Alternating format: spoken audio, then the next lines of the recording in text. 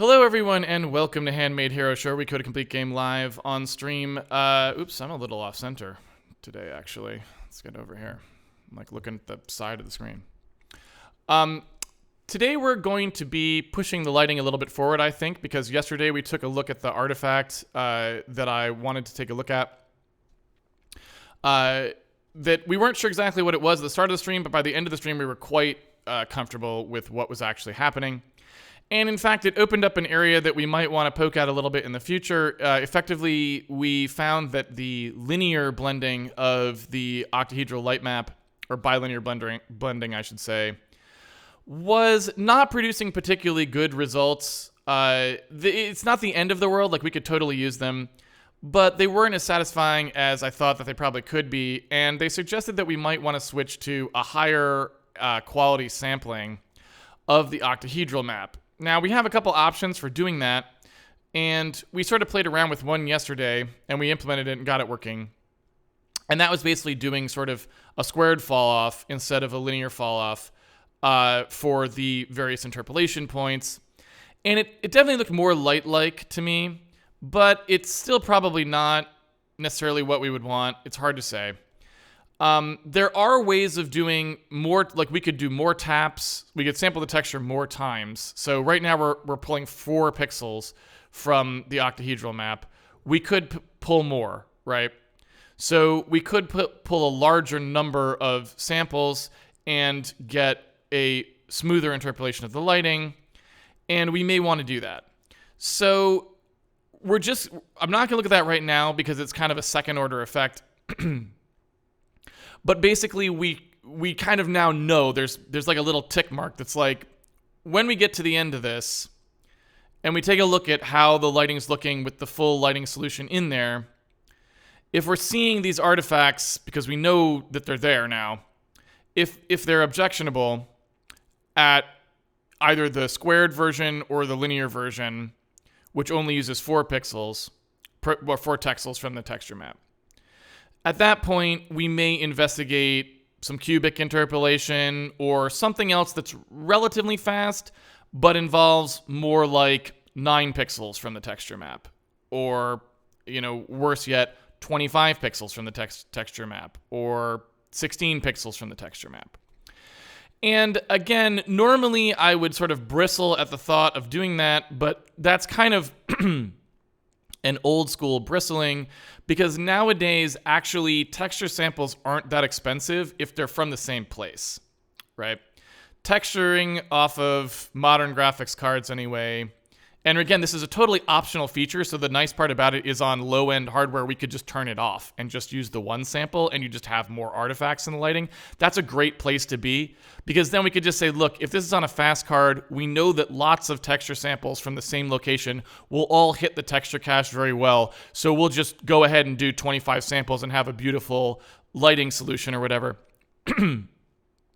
That's a really great place for us to be, because in that scenario, we can just say, look, how hardcore is the card we're running on, turn on that feature, and now we just get better results for taking more GPU time, right? I got a saucy pussy on my hands here. Hold on a second. Come on up. Come on, Bean. Come up. You can come up. There we go. This is Molly Bean. Many of you know her. She's an excellent puss. She likes the microphone. She knocked it over one time. I think that scared her a little bit. Do you want to say hi to everybody? Do you know, everyone's looking, they can see you. Yeah. I don't know what you're up to today, but you can sit here if you want. Just don't knock over the microphone again.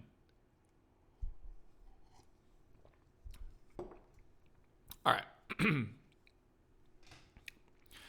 So, we have plenty of options there, and the good thing about that is, oh, okay, puss.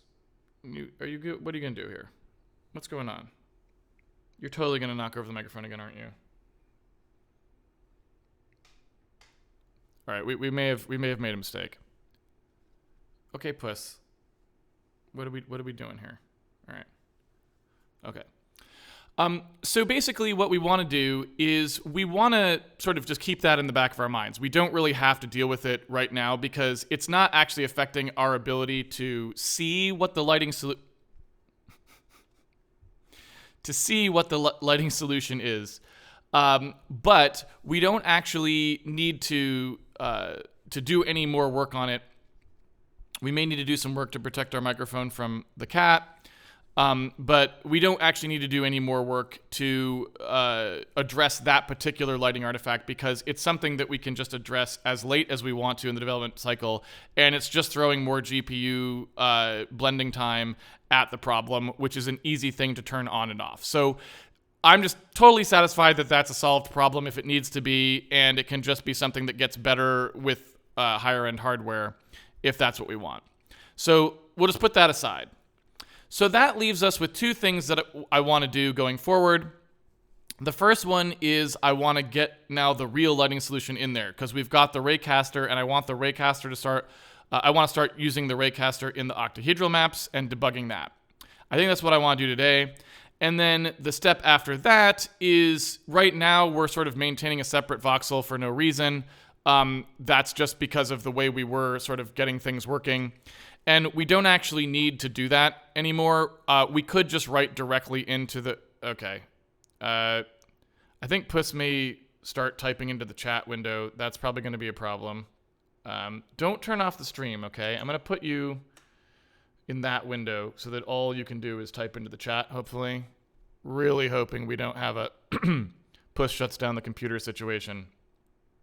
I tried to make sure that none of the buttons that would shut down the computer can be pawed with a one-paw click, but it's not always a perfect system. All right. So what we need to do now is say let's wire up the lighting. We'll deal with how to get with streamlining the voxel side of things later, because there's a lot of stuff we need to do there that's just minutia. First of all, we don't need to store it as floats anymore. We can encode the lighting in something much more compact. At the very least, we could do 16 bytes per gun. We certainly don't need 32 bytes per gun like we're doing now. We're just doing 32 bytes per gun because we don't want to have to debug quantization issues, right? We want to see what the solution looks like at full float before we drop it down to something less. So we've got that we can do. We don't need the voxel intermediate storage. We can just write directly into the voxel. So those are things that we're going to streamline in a second. That'll be like, 2 weeks from now or whatever. So right now what we need to do is just wire up the raycaster and get the actual lighting scheme in place. And I'm torn about how I want this to work. We built a thing that allows us to query the lighting. And the only thing I really don't know right now, I'm not sure about, is whether we should query the lighting and sometimes shoot at the light, which is sort of a way that raycasters often improve the ability for lighting to get out into the scene. Or if we just shouldn't do that, and we should always just use sort of a regularly uniform sampling, and we just let the light bounce the way it bounces because we're not trying to bias coming from any particular thing. Like, yes, there's lights, but no, we don't care because we're just doing... sort of output of these lights into something regular, right? So I don't know. I really don't. We'll have to play around with that because I'm not sure how we want to do it. So anyway, let's go ahead and get started here. I think I want to do that sort of raycasting stuff today, get that started, and because that way we'll try to hopefully get us into a position where next weekend we can spend all weekend debugging the raycaster and the octahedral map interaction. So I'd like to get that like wired up and working and just, buggy, right? I'd like to get to a buggy wiring of that today so that next weekend we can spend all weekend working on that. So you can see where we left off last time. We basically have the octahedral maps working pretty reliably, in my opinion. There are some things that we're going to have to address going forward that are still artifacts, but that we know what they all are. One is when you move a light directly through a light probe, you get some issues there. I'm not sure to what extent that will really cause a problem in practice, because in practice, I think we won't really have this happening because the light this is a procedurally done light right now, and I think once you're actually doing hemispheres or spherical sampling, you're going to have so many inputs to that system that I don't know that you'll get such a problem when you just have this one function that can move through a singularity like that. So I'm not sure we'll have to address it, but you can see it sometimes happening where you get like a little bright flash of the light, and that's what's happening there. We looked at that. And then, of course, we have the sort of flower shape here. That's the interpolation. Right, and eventually, like I said, we might want to try a bicubic to get that more of a splotch that looks like that. So we'll sort of play with that. But those are the two artifacts that we have right now, but we know what they are, and so I don't really care about them much. The light probes here are being drawn. I don't know that I want to actually draw them anymore, so I'm going to turn those off for now. We may want to turn them on so we can draw them the octahedral map for each one of those at the location where the probe is. I think we will want to do that in the future, but we probably won't do that the way we're doing it now. So I'm just going to go ahead and turn that off. Basically the push debug box for these we're gonna get rid of. Right. So in not there or there, but here. So in here, I'm just gonna nerf this, and I'm gonna let this be a just a turned off path, so if we need it again. And that way we're just going to look here and we can sort of see there's still some debug boxes being drawn in here for things like light querying. And we can turn those off eventually as well, but for the moment I'm going to leave them on because I don't care.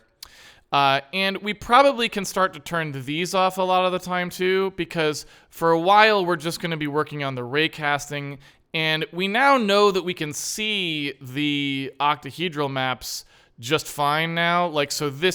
We know we're pretty much sampling them properly as far as I can tell. And so we don't really need to see these at the immediate moment. So I'm also going to go ahead and turn some of that off. So I'll turn off the edge coloring, and I'll turn off the actual drawing of those as well. I should probably centralize a lot of these switches so that I'm not like dancing around with all this stuff each time, but either way, so if we look in here, you can see we've got the light maps being drawn in here. We can just kind of turn that off. I'm not sure why this is happening. That doesn't really make much sense. That should probably be out here. There we go. Not sure why we were doing that there. It was all right. Okay, so now we just switch back, and we should have essentially a fairly clean version of the game lighting here, right? And it's time to start making this actually try to convect some light around. So what I'd like to do is just switch over to the other routine and start to try and make that routine, do something useful for us. So if you remember, the way that we've got this working is, we kind of have this thing set up where we can turn on this test sphere. And then there's also this like checkerboard thing, right? And finally, we have this light transfer bit. And all of this stuff is kind of nonsense now because, like I said, we kind of want to be writing directly into this thing. Instead of doing what we were doing before. But, either way, it's fine. We can leave it this way for now, and then when we streamline it, we'll just streamline it once everything's working. And the point here is this test light transfer, the checkerboard code is not really still working. I mean, we could make it work by actually assigning to this, but we'll do this if we ever actually care about the checkerboard. The test light transfer code is the code that we're actually going to need now, because the test light transfer code is the code that actually would grab out of the Voxel storage system and write to whatever we've got here, right? So we're going to need this to be re-enabled. And before I do that, I would like to take a look at the light voxel cell, because I think we want to change our conception of how this is working. So what I realized, I was thinking about this the other day, actually, just idly when I was sitting around. And what I realized is I think we've been thinking about these update steps stupid. Like we've been stupid thinking about these lighting steps. Because what I was thinking is we don't really need to do all this nonsense about total weight accumulated and all that garbage, right? Because if you think about it, when we go to sample a location in the world and we're going to write into one of these octahedral maps, what we could do instead of any of the stuff that I have been doing where we track weights and all that stuff is just say, look, every time we write into one, just treat that as an update and blend it, 95%, 5%, blend it in right there. Because we want the update rate to be based on how much new information is coming in anyway, and the more rays we cast out of something, the more accurate the solution would be on this frame anyway. So we don't need to do an accumulation pass and then a fill. We can just accumulate directly in. There's no reason not to do that anymore. So I'm pretty sure that this is just stupid. I'm pretty sure this is just not necessary. Right? We only actually need that. And what we can do is just update this directly, which is great because then when we want to roll all this into a nice clean path once we have it working well, we can just do this directly into the texture, right? So we just store the texture and we just update directly into the texture with a light update. And that's exactly what I think we want to do.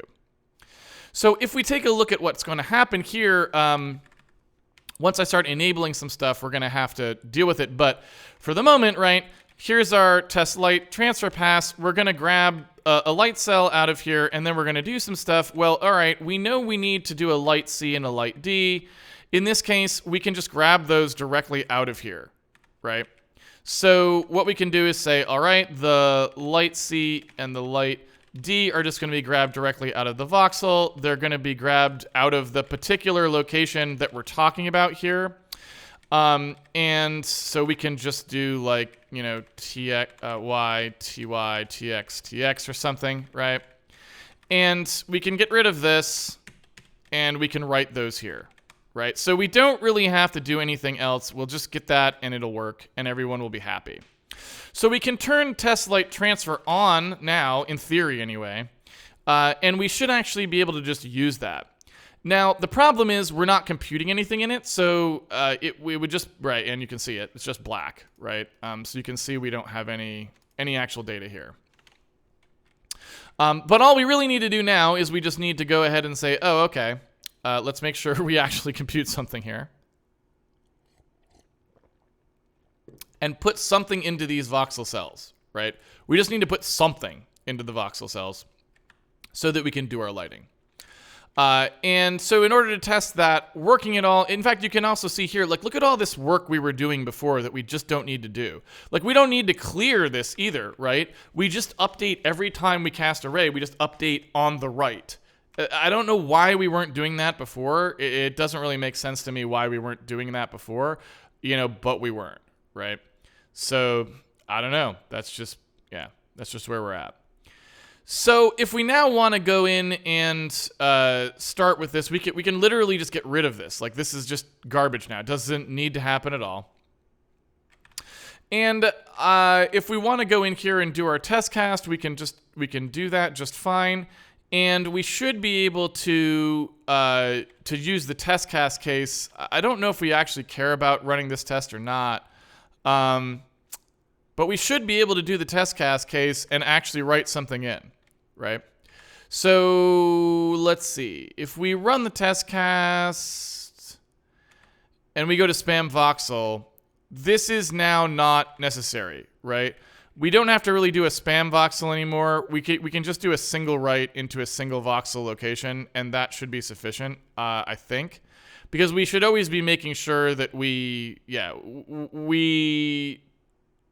don't need to interpolate outside of things anymore, so I think we should be okay.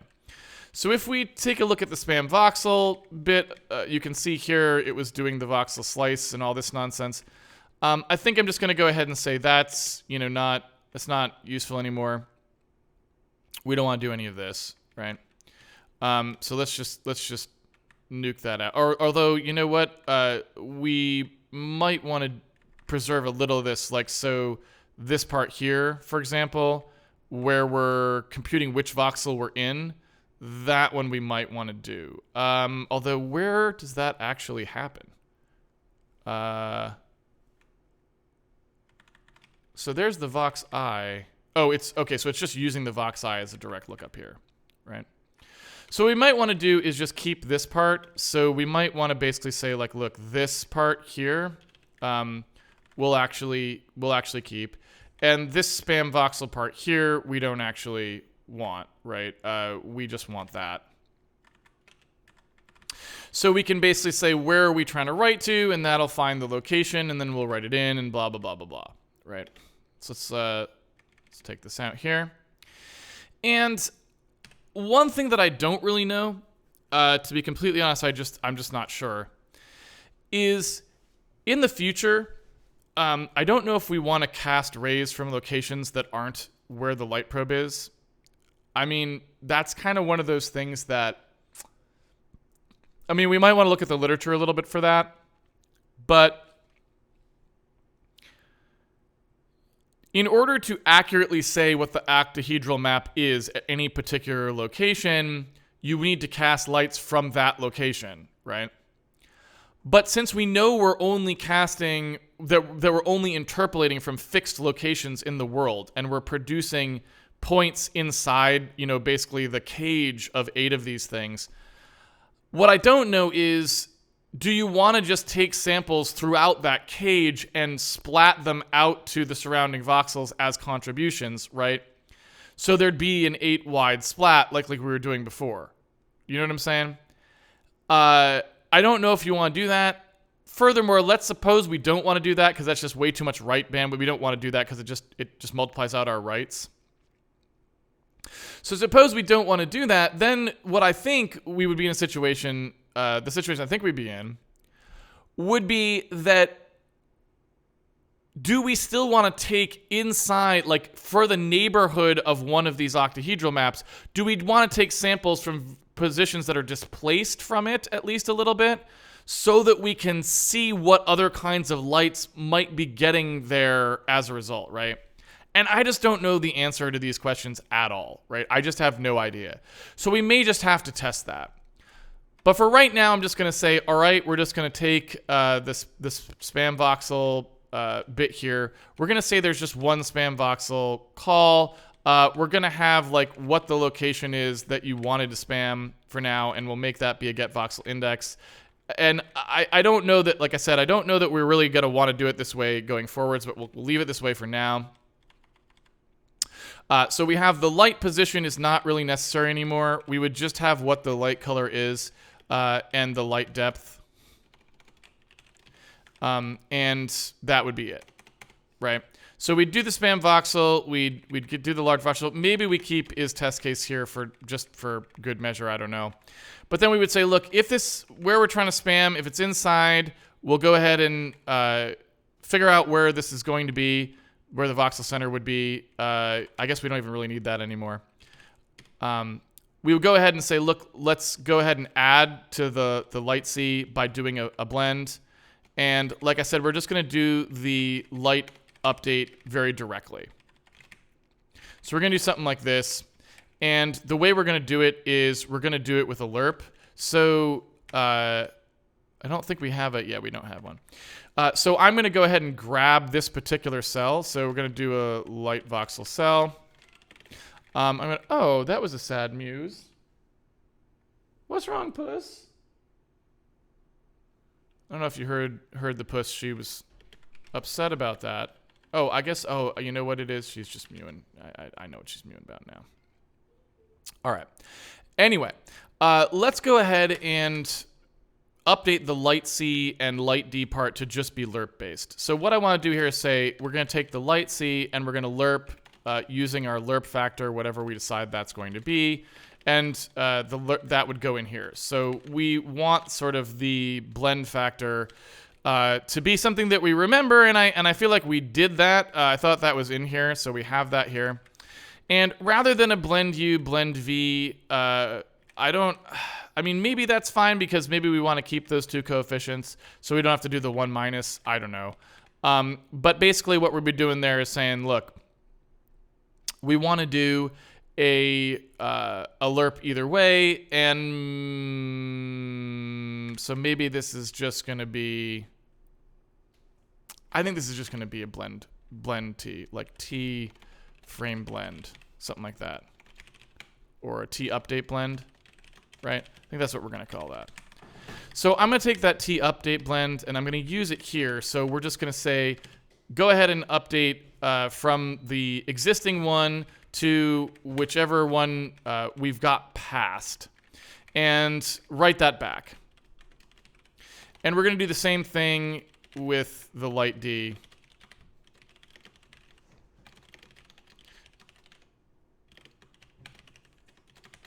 And so that will just do those lerps over time, right? And that'll update the C, it'll update the D. We have both of those now, and we can just move from there, right? And we have a nice clean thing where we just say, here's where you're gonna put the light in. For now, we're only gonna spam one. We don't spam all 8, and we're gonna use that as the backbone of at least the test case, right? So let's go ahead and get this working. This obviously has to be an address of. I'm not sure what this claiming about. It should have all of these, shouldn't it? What's the problem? Could be trying to match v32. Oh, right. Sorry about that. So, you know what? We forgot one more thing. We need the direction in the octahedral map that we were going to, right? So in here, we also need a txty. So we kind of need to say, look, what direction were you going? If that makes sense. So I guess that would just say, yeah, that would just be a v2s, right? Which I guess we don't have. We have a v3s, but we don't have a v2s. It looks like we have a v2u, I guess, which maybe is fine. Yeah. So if we want to convert this down, I guess then what we would say is, yeah, where are we inside the octahedral map at that point, right? And I guess hold on a second. We'll wait a second for that.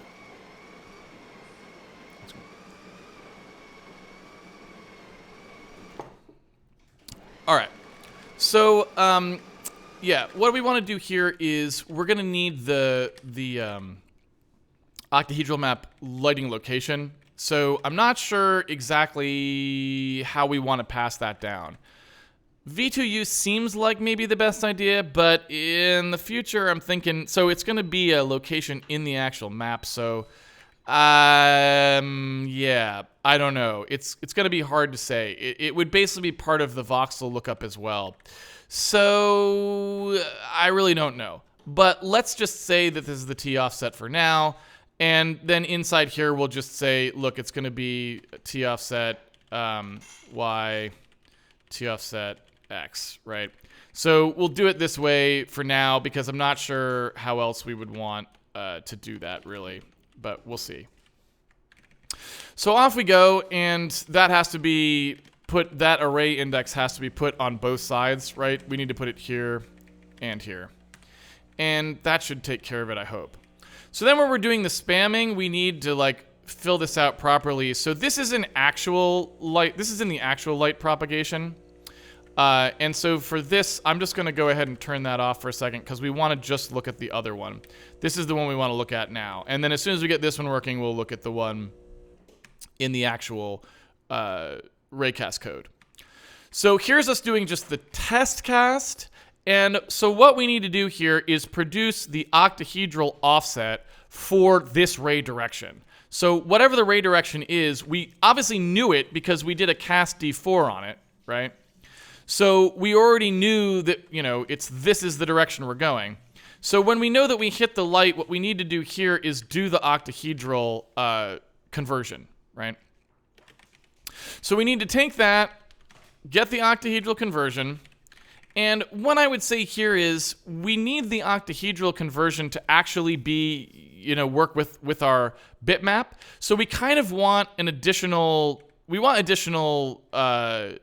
layer of conversion here.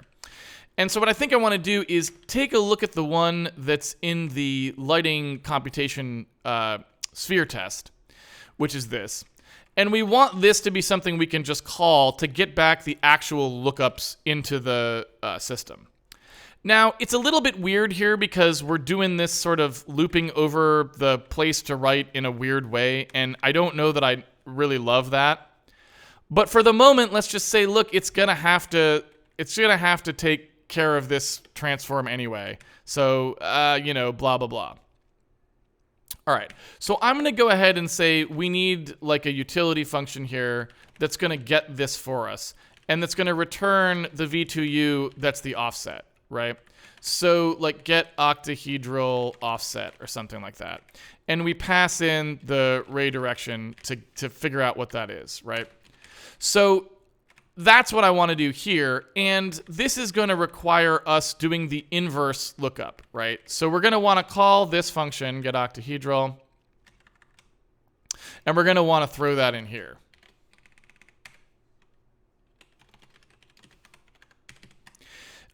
We want still the rest of this stuff. We want the, well, actually, we don't need the light position, actually, do we? Because that's not really necessary. So we just need the cast place. We need the light C. The light D we actually know as well, actually. So it's this value, right? That's the, so we might as well throw it in there, I guess. And off we go. So I think that's all we really need for the spam voxel case, right? So now what we need to do is implement this actual function. We need it to work. And in order to get this to work, what we need to do is take the... Oh, and you know what? I should do one more thing here. Where we were previously doing the urblend U, urblend V, right? We need to set those... we need to change this to setting just to the irradiance preservation value, right? So this is the blend value we actually want. So this is just going to be the T update blend here. And we don't need this, right? That's just the inverse one. And we don't need any of these either, right? So we would just do like, okay, if we're accumulating, we set the urblend view value to like, 1, I guess. And when we're done with this, we...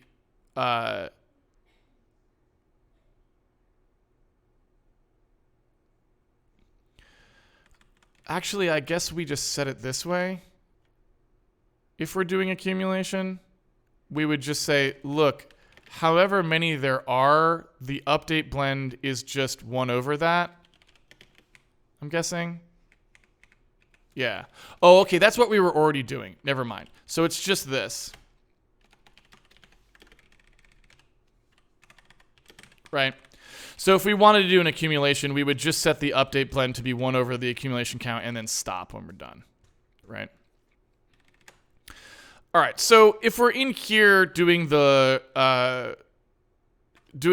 rest of the stuff, we just need the octahedral offset now. I think that's the only thing we're really messed up on, right? So we just need to implement this function, and let's go ahead and do that. So the first thing we want to do, obviously, is to get the octahedral from unit vector. So that gives us a v2, right? And the v2 goes from -1 to 1, and we just need to map that out into our actual space. So in order to map that out into the actual offsets, we know that we're always going to start at like 1, 1. And in fact, we kind of know what this is supposed to be in the shader as well, right? Because we actually did this in the Z-bias program. And we want these two to kind of line up, probably. I mean, probably not exactly, because they're probably going to be optimized versions of each other, but more or less, the similar thing.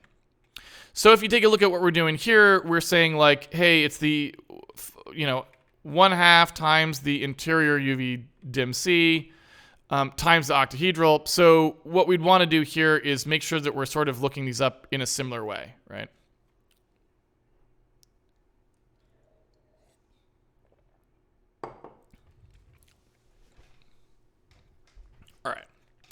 All right. And again, we have to account for the fact that the texture sampler is going to have the 0.5 offset. So it's going to be a little tricky about exactly how we want to do this. But, we'll take it slow. All right. So we know that this is going to come back -1 to 1. So the first thing we're going to want to do is we're going to want to, so in like UV space, right? We're going to want to take the UV and we're going to want to multiply it by half to reduce the range because it's spanning 2 now and we need it to only span 1. And then we're going to have to add to it, right? So, you know, we could do it this way. The other way we can do it is like this.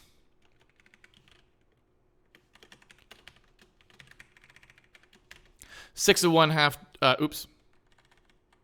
6 of one, half dozen of the other, right? So we can add 1 to it first, that makes it 0 to 2, and then halve the range. That gives us 0 to 1. We could alternatively take 0.5 and add it to 0.5 times the value. You know, we'll do it this way for now, but it doesn't really matter. So that gives us a 0 to 1 range, and now we need to map it into the actual range of the light lookup dim, right? So we now need this thing to line up properly for doing an actual indexing operation. And in order to do that, we're going to have to make sure that we know, first of all, what the dimension even is, right? So we'll make an F32 here that's our dimension. And we know that the dimension is actually minus the pad, right? We have a 1 pixel border around it. So we have this problem of needing to subtract away this padding value in order to make sure that we have the right thing. And then we also need to add that offset, that padding offset. So we're going to have to kind of, work that through. So when we go and start with the actual UV, with the actual index, with the actual, I guess we'll just call this I, right? We're going to start by blowing the UV out to the dimension, right? So it spans the entire set of pixels. But of course, that means that in the case where the UV was actually 1, it's going to be equal to the dimension itself, right? So in other words, if we subtract 2 from the light lookup square dim and the light lookup square dim is 10, that means that it's 8. UV can equal 1, so we're going to have 1 times 8, or actually 8. And that would be that would be off the end, right, of our texture. So in order to figure out where to write, we're actually going to need to be 1 more back, right? We're going to need to be 1 more back and then slid up 1/2 in order to line us up with the actual pixel centers. I believe that would be where we would want to be, right? So we'd want something like this, presumably, which now gives us an actual index. But of course, remember, the index itself also needs to be 1 forward for the pad. So we actually want the 1/2 pixel plus the 1 for the pad. Once we have that, I think we're down to more or less where we need to be, right? We now know that the result is just going to be the rounded version of our eye, right? So we're just going to want to do, or you know what? Since we slid it up, it's just a truncation. So we could either round, if we slide it up, then we actually can just floor it, right? Because now we know that it already was. So we can just do a floor.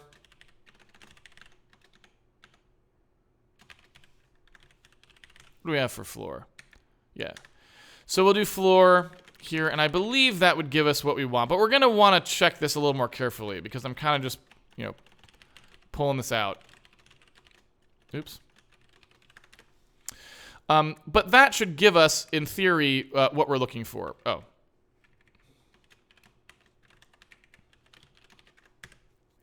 Right?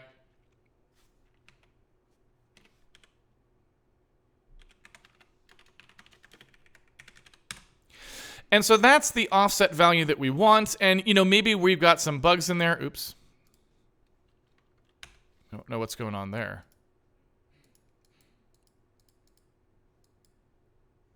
Oh, I know what's happening there. We changed the size of the lighting structure.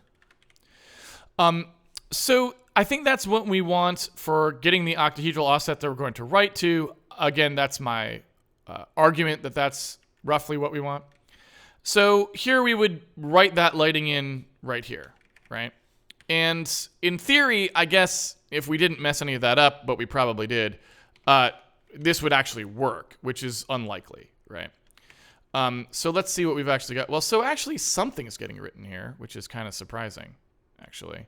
So it doesn't look particularly correct. That's kind of weird. Yeah. So I have no idea exactly what we're seeing there, but it's actually writing something into the voxel, which is kind of surprising. All right.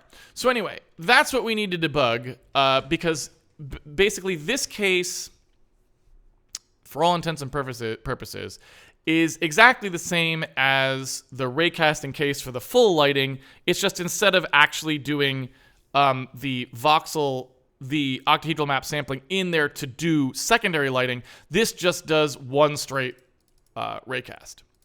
So if we get this working, we really only have one more small step to get the final thing working, and so that'll be good.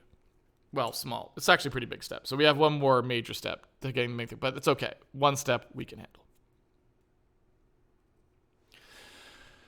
All right. So what we want to do now is try to actually make this thing work reasonably, debug whatever's going on in here, and make sure, we're getting some... make sure we're getting some kind of reasonable lighting. It looks like in here, we're just doing the solution debug light P, right? So we should just be casting from, I think, this should just be casting from the light on the dude's head, right? I'm pretty sure it's just casting from the light on the dude's head. So what we want to do here is we want to go ahead and work on this test case. I think we're all good. I think it's still casting from that because that's what it looks like. This would cast from the closest light if we turn that on. But because that's commented out, we're just going to get lightly for P. So when we do our spam voxel, this is pretty much what we're passing. This is the hit distance. We don't care about that. This is the light color we want to sum in there. And here's the get octahedral offset. I'm not sure...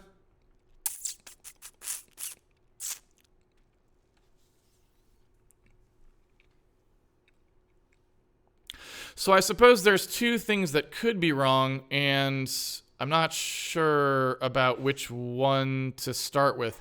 So the copy could actually be wrong, which I guess we should visually inspect just to make sure we didn't screw that up already. But looking here, you can see us grabbing the cells out, ZYX here, and we're just going to copy those directly into the location in the voxel that we thought they should go, right? And I think that should just work. I don't think there's anything weird going on there. So that seems reasonable anyway. I mean, don't quote me on that, but that seems fine. And so then when we actually do the spam voxel, I'm not sure about this, but yeah, again, it's just doing ZYX. It's getting the voxel index from the location that it's trying to spam. And that all seems, again, pretty innocuous to me. So I'm kind of surprised, actually. I'm not sure what's going on there. What I might do real quick, just to get a better sense of it, since I'm not sure what's going on, is I want to see what happens when I actually... what's the probe test function here we're calling? Test cast from probes. What I might do real quick is just assume we always hit. So let's just assume we always hit a light, I guess. Or I should, so just spam the voxel no matter what, if that makes sense. Just so I can see what that does, because I'm not sure what that would look like.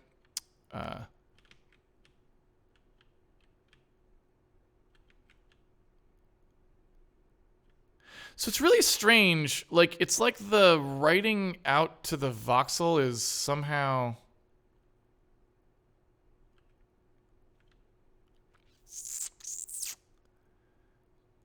Yeah, we've got some kind of weird bug there. Like, why would it matter that I was right on top of that thing.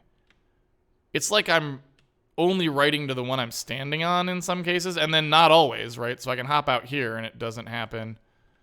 And it looks that looks really weird. So we've got some kind of a bug here that doesn't have to do with, like, it probably isn't really, I feel like it's not really related to the parts that I thought I was going to debug. And it's really just more about this part here. So that's kind of weird. If I go look,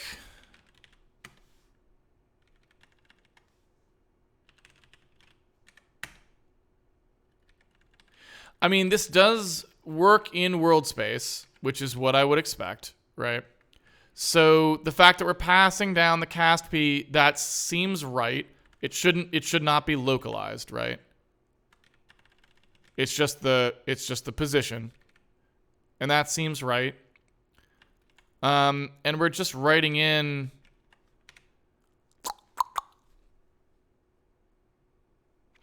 so, you know, I suppose that could be the octahedral offset, now that I think about it, though. Because if it was based on the angle to the light, this would actually make a difference, right? So if this were actually borked, I suppose that would present a problem. In theory. So maybe we do have to, like, take a second to verify that this is okay, right? I don't know why this is done backwards here. Wouldn't matter, but just making sure. So just looking at this, doing octahedral from unit vector, I guess one thing that's a little bit of an issue is we don't know what this even does. We've never tested this, I don't think. We should take a quick check to make sure it looks right.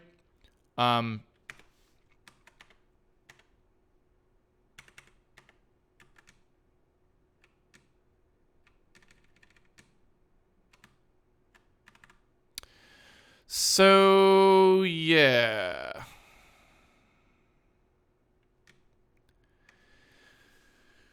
Just making sure this is looking up the same way.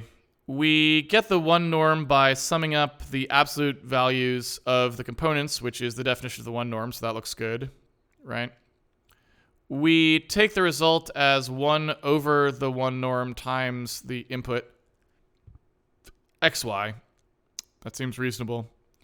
We look at the z component of the input, and then we compute ox and oy, which are the sign of the thing we just computed, which seems right. And 1 minus the absolute value of the inverted pair. So the y goes into the x goes into the y. And that seems right as well. We then assign those two to the result. So we now have we overwrite the new with the new version. And we return that. So that seems good. So that part doesn't seem super suspicious to me. And if we go to this part of the code here,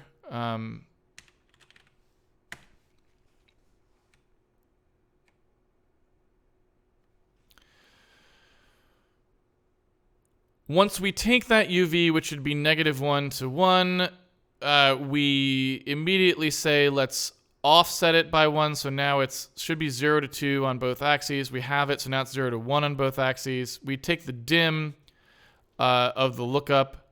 We take the I value as the UV blown out to that dimension, offset by the 1 pixel plus the pixel centers, and then we floor it.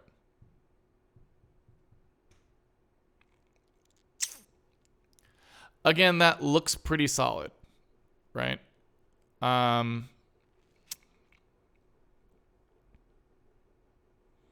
So I guess let's take a look at that routine. Maybe we will do a debug build and just see. Like, if I break an get octahedral offset, like what's going on there. I could also spam some assertions, because even though it's kind of hard to think about what you would necessarily assert, there are some things I can assert. So for example, I could assert things like you should be less than the 5th pixel if the X was negative, right? Do you know what I'm saying? Like, in other words, we could assert that we're in the right quadrant, you know, like stuff like that. So although it's hard to think about what we would necessarily assert here directly, we certainly could assert a few things that would make sense. So maybe we'll spam some of those in there as well. Oops. So here's our 2 results, and let's take a look at the direction blown out as well. So if you look here, right, like you've got negative X, negative Y, negative Z, and that does seem like that's a plausible place for that to be. I mean, I couldn't say for sure, but it's not completely absurd, right?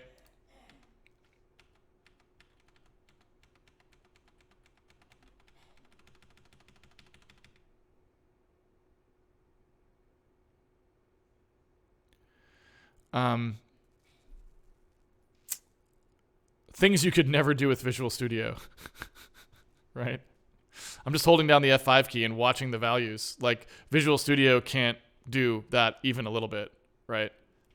I don't know if you remember what it was like. It's pretty terrible. It's so stupidly slow. All right, so as the Y is getting positive, you can see us getting onto the 5th pixel now, which is right, because like pixels 0 is the pad, 1, 2, 3, and 4 are the Y negative. The Y positive are 5, 6, 7, 8, right? And then 9 is the pad on the outside. Oops. So again, these seem sane enough. Like, I guess what I would say is it's a little bit weird that I'm never seeing positive X values. Because there should be things to the right. Like, do you notice? Oh, there we go. Okay. I'm like, there should be things to the right, and I wasn't seeing any. But there were some.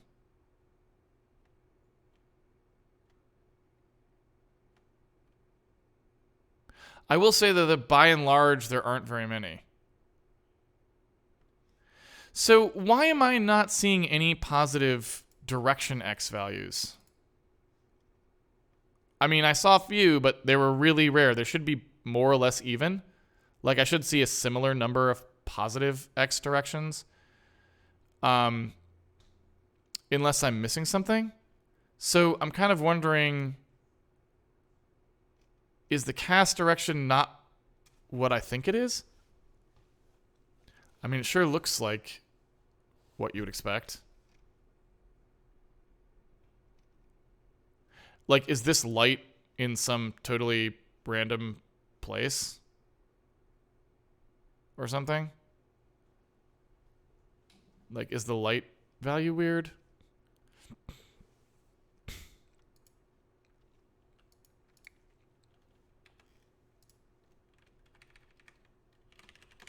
Let's take a look. So that's the light position. And here's that cast direction.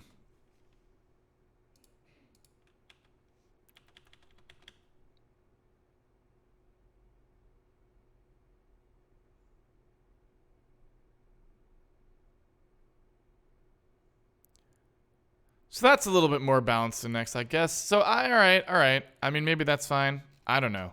I'm a little weirded out by that, but, you know, a little weirded out is not horrible.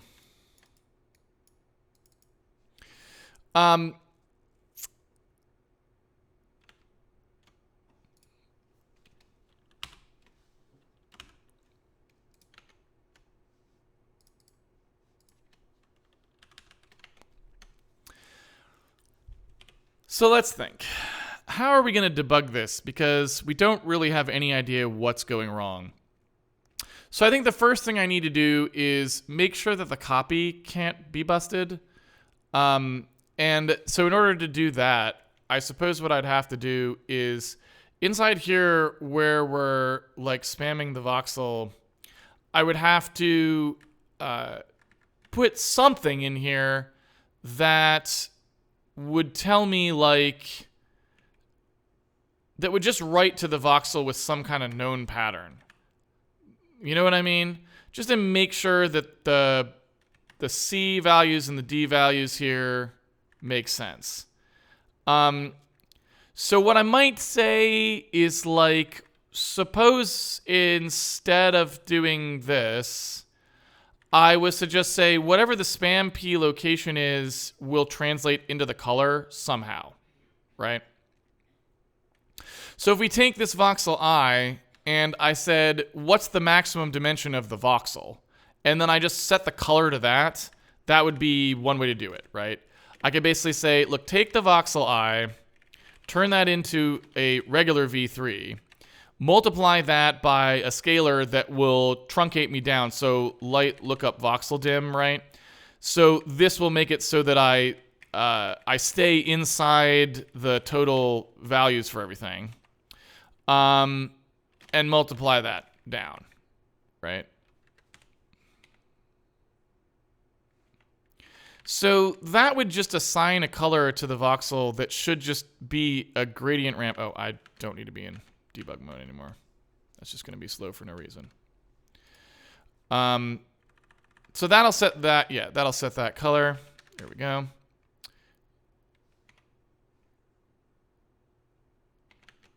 And let's try and get that working. All right, so this just makes no sense, right? Like, this doesn't even seem to be doing what I asked it to at all. Like,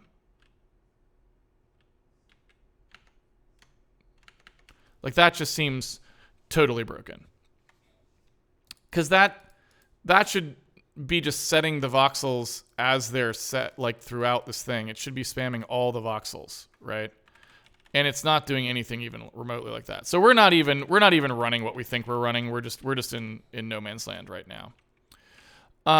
So let me just test cast probe or test.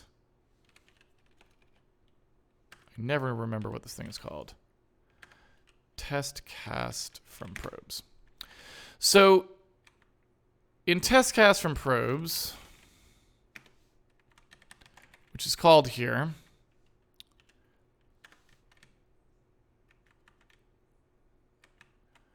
if we write to that voxel,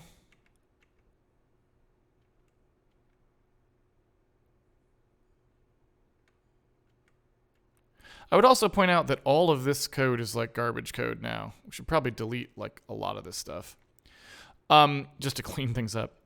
So if we take a look at what's happening in here, right? We're writing out to the voxel, then we come through here, and are we doing something in here that's bad? I don't think we are. So all we're doing here, right, is taking our voxel and copying it into the appropriate place inside the actual external lighting voxel, right?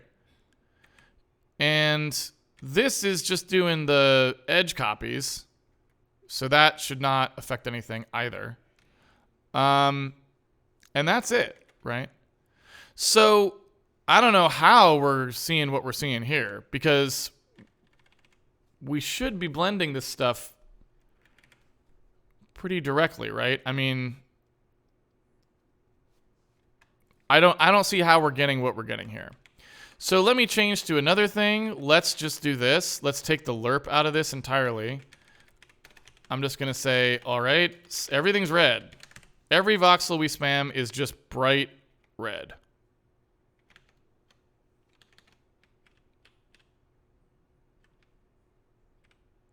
And I mean, see how weird that is? It's like we're only spamming voxels we land on? How is that happening? Like, what's going on there? Why are we not calling spam voxel anywhere else? Because we're supposed to be calling it for all of the light probes. Are there only like light probes right next to the dude or something? Or are we interpreting these in the wrong spaces or something like that? Is enlarge voxel like returning nonsense? I don't know. So we've got some kind of nonsense going on here that's totally broken. and I'm not sure what it actually is, right? So here's another thought. Let me look at get voxel index real quick. I mean, yeah, that looks right to me. I mean, I guess I don't know why that would be suspicious at all. It seems totally fine. I'm not sure why that would be an error at all, but I mean, maybe it is. So it seems like we're not really actually getting into this code path much at all, and that doesn't make a whole lot of sense to me. So what's happening there? Why is that failing? Let's do one more debug here and look at why that's not hitting very often. Or if it is, why it seems to only write into one of the things, which doesn't make a lot of sense to me.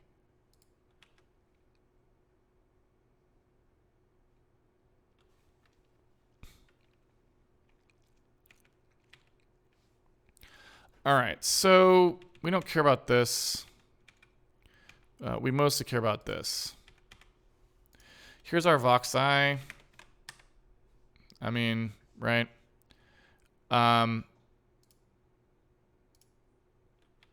Here's our light C.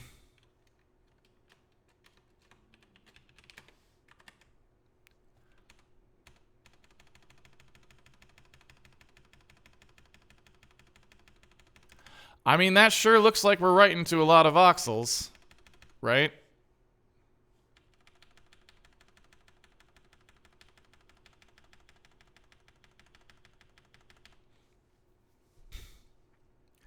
So I suppose one thing we're not doing, though, is we're not writing to the rest of the octahedral map.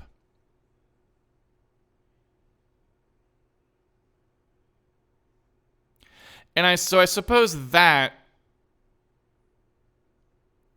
would cause a problem, right? So maybe that's mostly what we're seeing. We're only writing to the one direction in the octahedral map where this particular light source happens to be.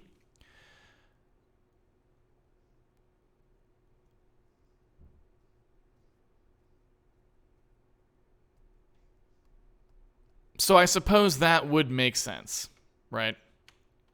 So let's try this, just to verify. Suppose in here, instead of calling get octahedral offset, suppose I hard-coded this to actually just point upward.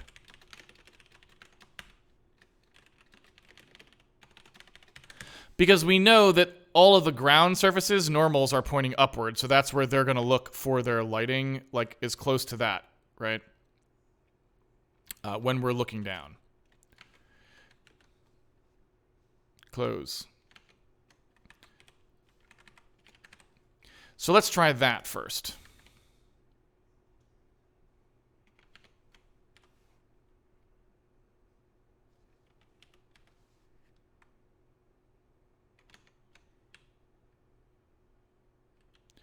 So now, yeah, we're totally getting much more what we would expect, right?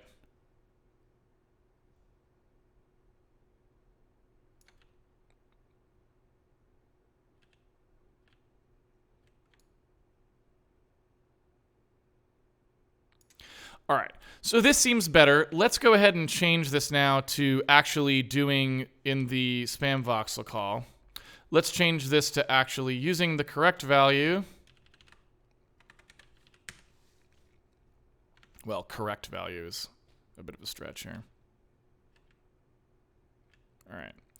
So this is moving the light around, and as far as I can tell, moving the light around here should change the intensity of that light C, but it doesn't actually seem to. Well, okay, I take it back. No, it doesn't, because this doesn't actually do that. It looks like. Right? So I guess this doesn't do attenuation here for whatever reason, because I think spam voxel maybe used to do the attenuation. So, all right, let's add the attenuation in. If we have the length, and the length is here, right? So we want to do a clamp 0 to 1 on this thing, where we basically take the light color and we multiply it by whatever value we're going to use here for attenuation. So we have the Tmax, and the Tmax, I guess, will range to something. I don't know what I want my distance to be there, but let's say something like that. That's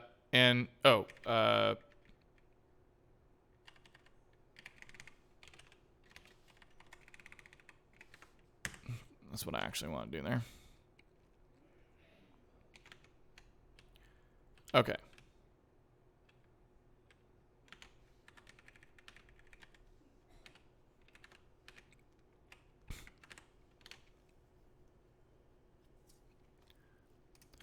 All right.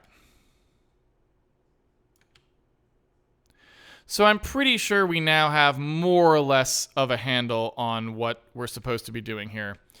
And again, we can't really make much use of that, of the ray direction stuff, because we're only casting in one direction. So if we filled in, like, this is not gonna work like with the octahedral map much at all, because since we're only casting in one direction, it doesn't really help us. But we're getting there, because we can see what it would be doing if we were only casting up. So I'm going to call that roughly correct. I think that's good enough for now. I don't know if we actually care about what happens if you run the raycaster, because the raycaster should not have broken in some way. So in theory, that would be fine still. And that would just prevent you, again, from seeing kind of around corners. So, you know, like when you are behind things, I'm guessing you shouldn't be able to see it. I don't know if that'll actually happen here, though.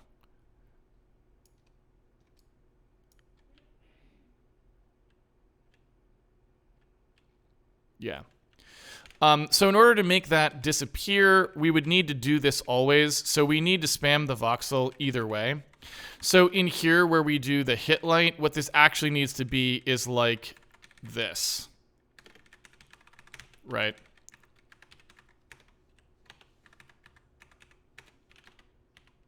So if we hit the light, use it. Otherwise, dump it. Right?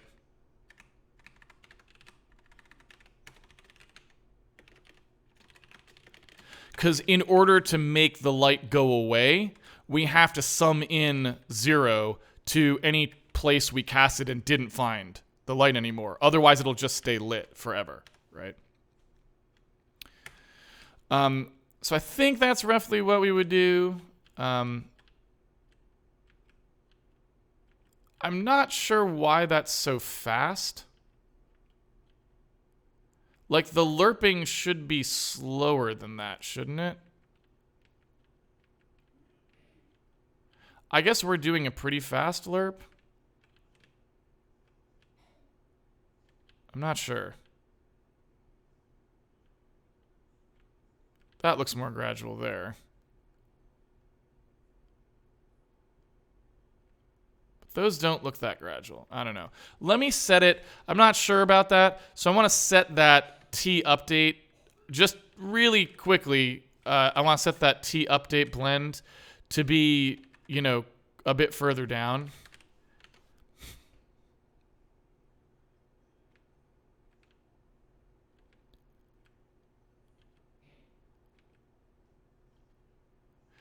And, you know, it fades out slowly, but it fades in awfully fast.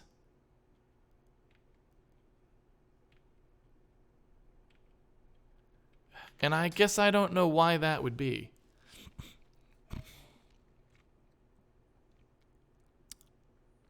Is that confusing to anyone else or just to me?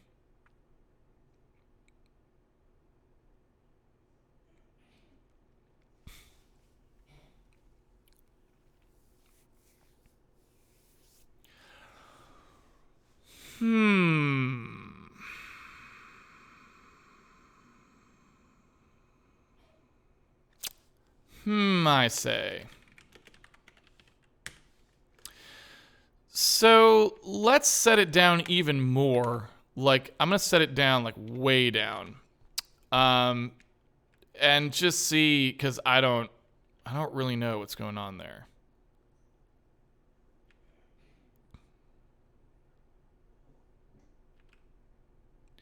So there's it fading out, right?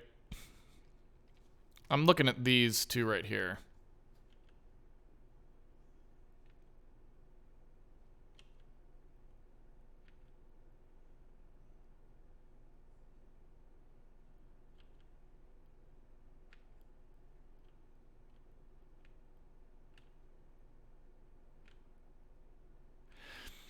I guess I don't know. I'm a little weirded out by that, to be completely honest with you. I don't quite understand what is happening there. I don't feel like I'm getting the same amount. I don't feel like I'm getting a uniform sort of blend speed between decay and attack there. And I'm not sure why that would be. Maybe the light is brighter. Oh, is that why? The light may be much brighter than is the light like 10 10 10 or something? Where's the light C? Yeah, okay. That's why right there. Right? That's what it is. It's that. I was going to say, I knew there's something going on there, so we were adding like much higher values than 1, and which is fine. There's nothing wrong with that. I just wanted to know what was going on there. So now it should be much more uniform between the two, I would think. Let me tune that and see if it actually is. So we are in here. We're going to set the light C to 111. Then down here, we're just going to blend it out. So now if I set this to more of a 10 frame sort of situation,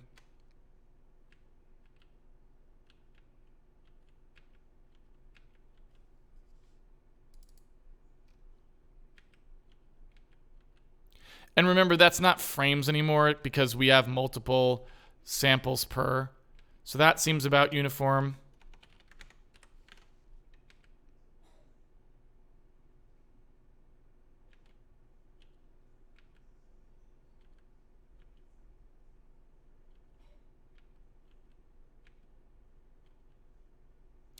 I'll be honest, it still seems really non-uniform to me. I wonder if there's another non-linearity in the ramp there that I'm just not thinking about.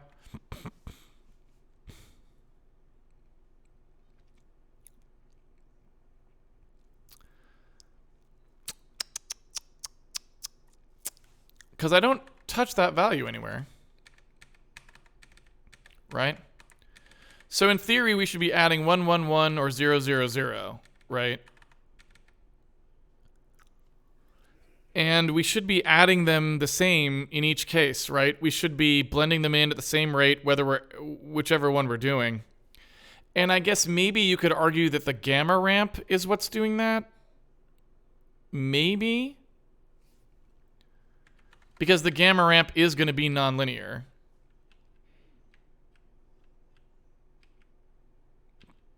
But no, I mean, because we should still see at that point during those darks, you can see how slow it moves through the darks, and then you don't even see those darks when you do that.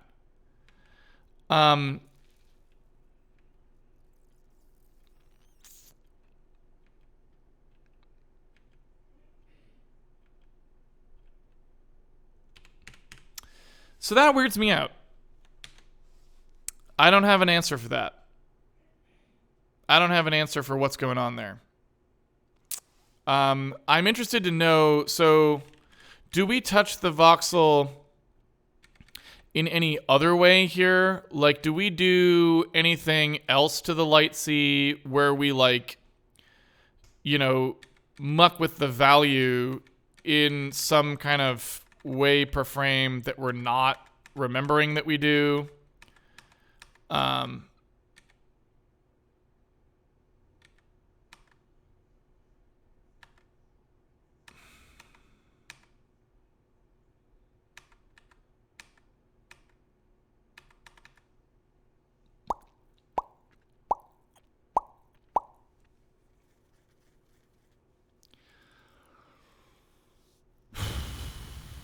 Yeah, I'm not seeing it.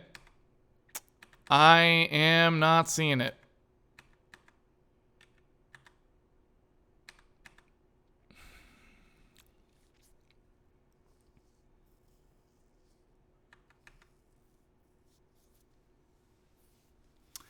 Am I the only person who's not seeing it?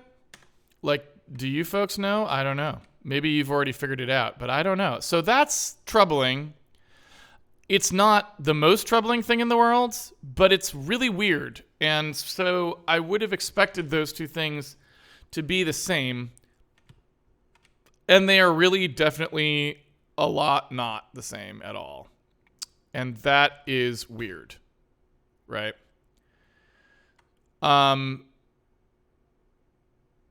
In both of these cases, we should not be able to have really any values. These can't be negative, right?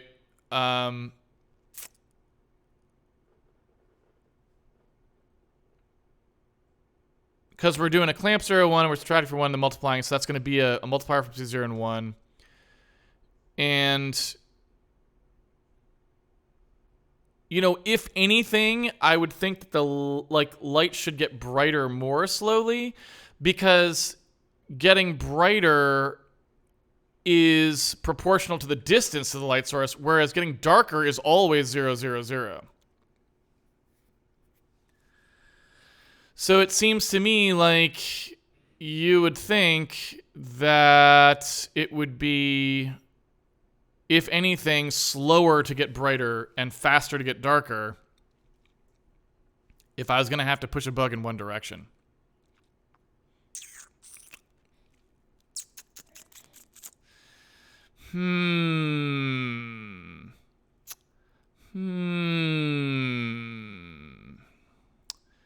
So I just plain don't know. And I'm going to have to put this as a to-do because something's wrong.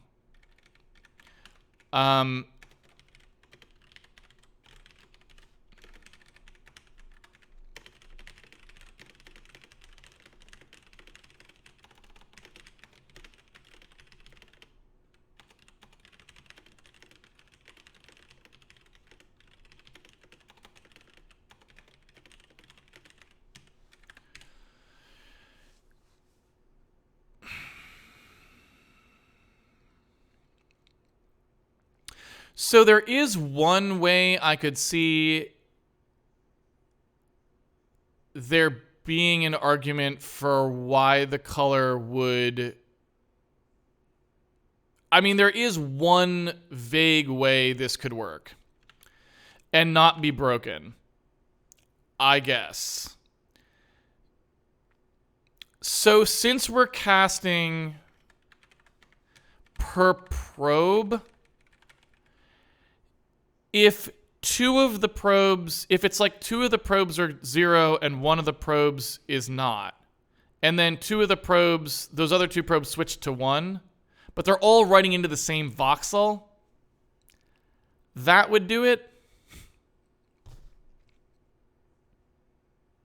Do you know what I'm saying to you?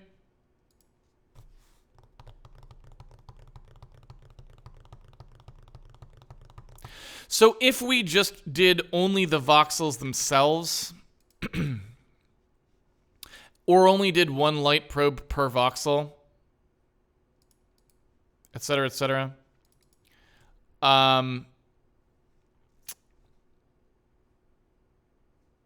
that might explain it. So let me go see. I mean, sure.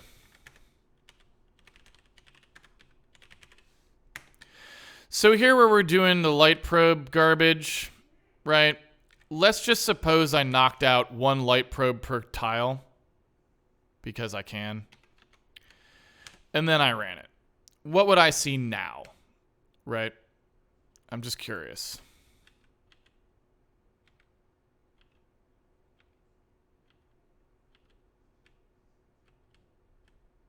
I mean, it still seems totally wrong to me.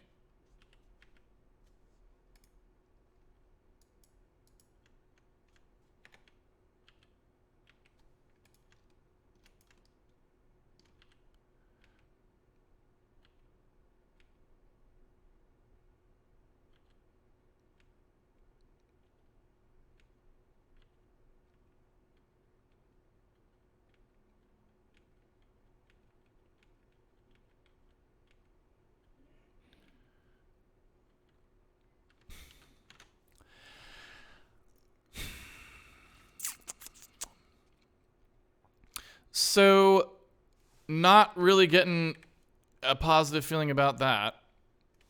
With no light probes, we should get nothing. I guess I'll verify that. There should be no lighting, right? And now if I turn on one of these light probes, let's say that one, the lighting should magically start to appear. Oh, no, it shouldn't, because we haven't run the world gen. So running with one light probe.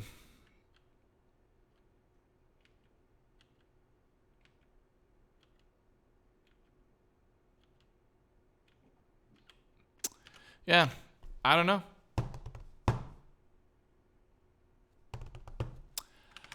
I can't think of any explanation for that, and that's really bad. I don't even know what we're going to look at to find that. I guess what we're going to have to do is put in some test code that allows us to, like, spam all the voxels with a particular ramp color, then spam them back to see what that looks like and verify that that looks okay. If that doesn't look okay, then we're living in bizarro land, where somehow going a ramp in one direction versus going a ramp in the other direction.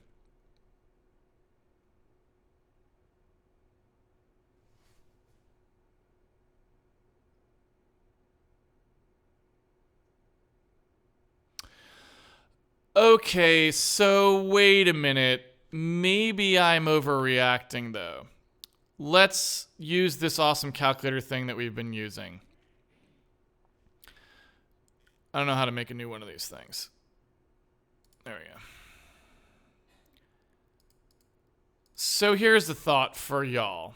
Since we know that the ramp is nonlinear, right? Because it's a gamma curve that we're looking at the monitor. So a linear change is going to look like a nonlinear change, right? So if the curve goes the other way round, which it will, that would explain the difference. Very interesting. Okay, so, bear with me here. What's our update function, right? Well, our update function is we're taking a lerp, right? So we're doing, 1 minus t times a plus tb, right? Where a is like 0 and b is 1 or something like this, right? And so if we think about what that's going to do, this equation's going to look different depending on the circumstance, what you get back. So like our final brightness, right? We'll call that linear brightness. Let's say L. If we have 0 and 1 here, no, I just want 1. Yeah. If we have 0 and 1 here, right? This t value here is quite low. And we're doing this over time, so it's going to be a little bit hard for us to... This is like a recurrence, so I don't know how we can do this easily. Because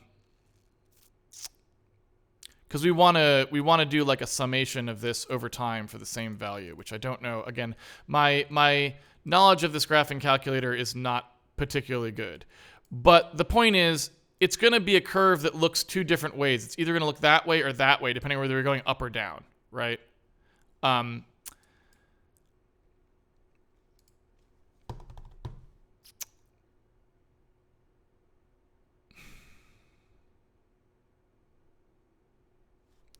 Trying to think of how to show you this.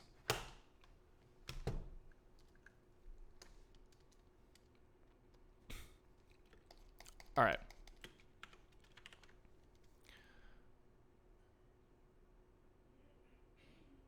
Wait, why does it say day 580?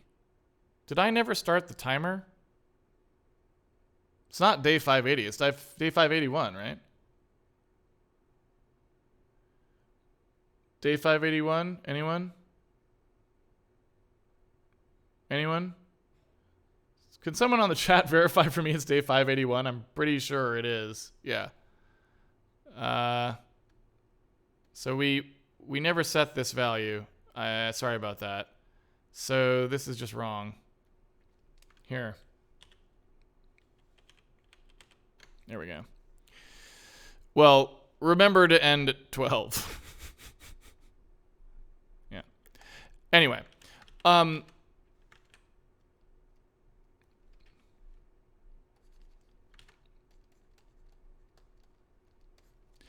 So what we're effectively doing here, right, is every frame we're applying the linear blend. So on a particular frame, like the value, so whatever our, value is on, or maybe I'll say our value is at time t plus 1 is always going to equal a blend towards something. So it's going to be 1 minus, actually I shouldn't use t. I'm going to use f. So on our frame, the next frame, it's going to be equal to 1 minus t times the current frame plus t times the target value. And this is either going to be 0 or 1, depending on whether we're going up or down in this case, right? We're either blending in a bright light or a dim light. So it's whatever. I mean, it doesn't really matter what these two are, right? But the point is we have the dark version or the light version. And we want to know the difference in behavior of these two functions, right? And obviously they're going to do the same kind of a curve going from one to the other, but the point is the actual place in the range is going to be different. So if we look at what happens here on a particular update step, right? Excuse me. On a particular update step, this value starts off quite low. Like it's going to start off at 0 and go towards 1. Or it's going to start at 1 and go towards 0. Right? And it's going to update each individual time. Now, unfortunately for us, this is essentially a... this is basically like a differential equation, right? It's like an ODE kind of a thing, because the value of the function, v of f plus 1 is dependent on something like a function of v of f, right? Is going to equal some function here. It's like something that takes this function as an input, right? So it's nasty because it's a function that depends on itself, and those are always kind of unwieldy to deal with, right? But we know that is going to produce, if you take a look at what actually happens, if you look at the values over time, and again, I there's probably a way to do this in the graphing calculator, I just don't know how. But if you look at what the values of this is going to produce over time, what's going to happen is, let's suppose that we started at 0 and we're going towards 1. What would we expect to see if our t value, in this case, I think is like 1/6, right? So, I mean, we can make that a little easier on ourselves. Let's just say it was 0.2. It's not horrible as an approximation, but whatever it is, right? So if we wanted to know what vf plus 1 was, in this case, we want to know what this part is. We know that we've got 0.8 times, in this case, 0, right? Plus 0.2 times 1, right? So that's just going to be 0.2. And then on the next frame, this comes down here. So we're going to have 0.8, because this is discrete, right? We're not doing this continuously. We're doing it per frame as like a, discrete thing. So in this case, we're going to say, all right, now we've got 0.8 times whatever was here, right? Plus 0.2 times 1 again, right? So in that case, we've actually got 0.2 times 0.8. So now we're at 0.16, right? Plus our 0.2.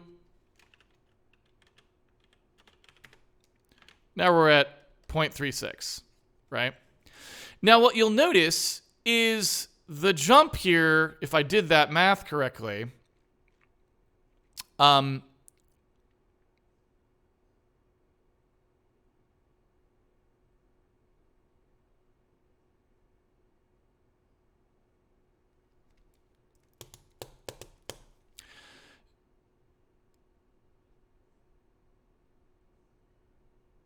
yeah. So if I did that math correctly, what you'll notice is this is not a constant derivative, right? And that's what you would expect from a linear blend. So if you take a look at how far we got on this one, we actually, our delta was 0.2. on this one, our delta was not 0.2, right? We didn't go from 0.2 to 0.4. Instead, we went from 0.2 to 0.36 for a delta of 0.16, right? So our delta is going down over time. And let's keep going. So now we take our 0.36, we put it in here, right? And we have our 0.2 again. And now what we end up with is 0.8 times 0.36 plus our 0.2, right? Now you have 0.48.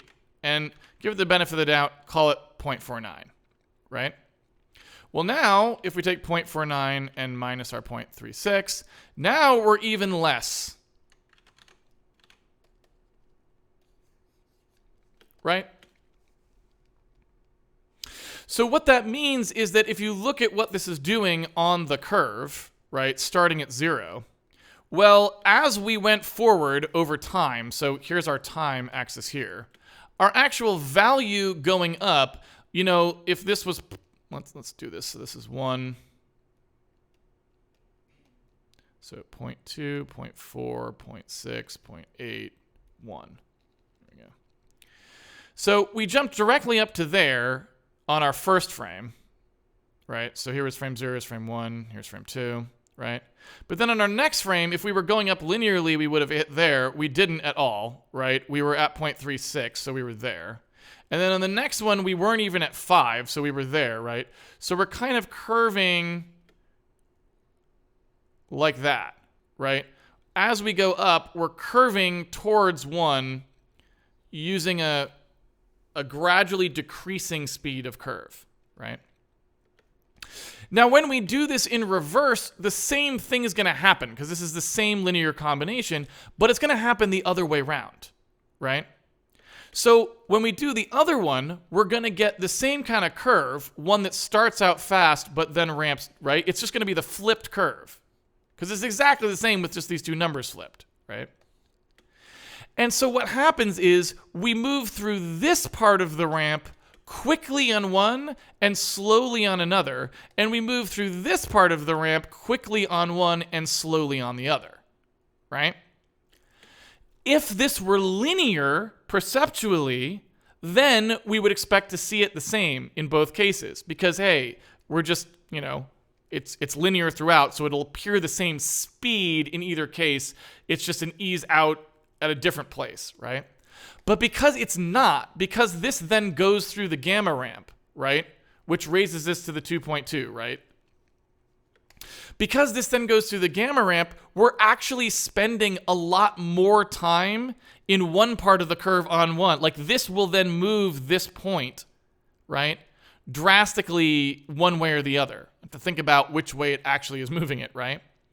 So when we actually look at these two, they should actually look quite a bit different because one of them is spending a lot more time in a much more defined area of the color space that we can see than the other one. I'm still not 100% convinced of that. I feel like it's a bit of a rat hole to go down right now that we don't actually need to. But this is very interesting and probably warrants further study. What we should probably do is make a few test ramps using various things like one with gamma, one without, graph their values and look at their perceptual values just to convince ourselves that we're not overlooking a bug, right? Because I don't want to like brush it aside.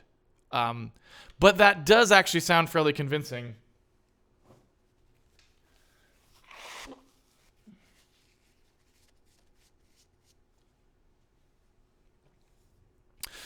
Because you can see, like, yeah, you're spending a lot more, just because you take the same amount of time to transit between the two values, which we know would be true. In our case, because when we're doing that transiting, the perceptual result, when you put it through the gamma curve, we're going to be spending a lot more time on one of them in an area that you can perceive the shades of than in the other one where you can't, right? I believe that's what will happen, but again, that's a little hand-wavy because we need to go actually verify at some point that that's the case. I don't know when we'll have time to do that, but we should because I think that's a good thing to just understand, and it kind of eluded me for a second. So I kind of like would like to go do some tests so that it would sink in, right? If that makes sense. But anyway, so I think we're okay here. I would like a little more confirmation on that. But we'll see. I don't know what this thing is, but we're going to get rid of it.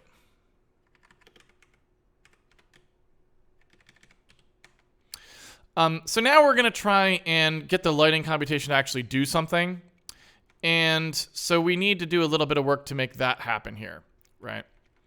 And so we want something that's going to stop calling the test probes version and that actually just sends light around.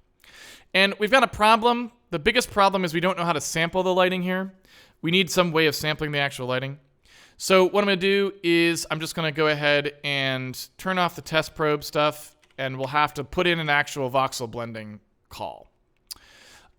So when we call test cast from probes, we're going to actually change to compute light propagation, which is this right here. You can see that we've turned off the multi-thread, so we're not multi-threading. Right here, we're literally just, we're not multi-threading. We're just doing this update step here.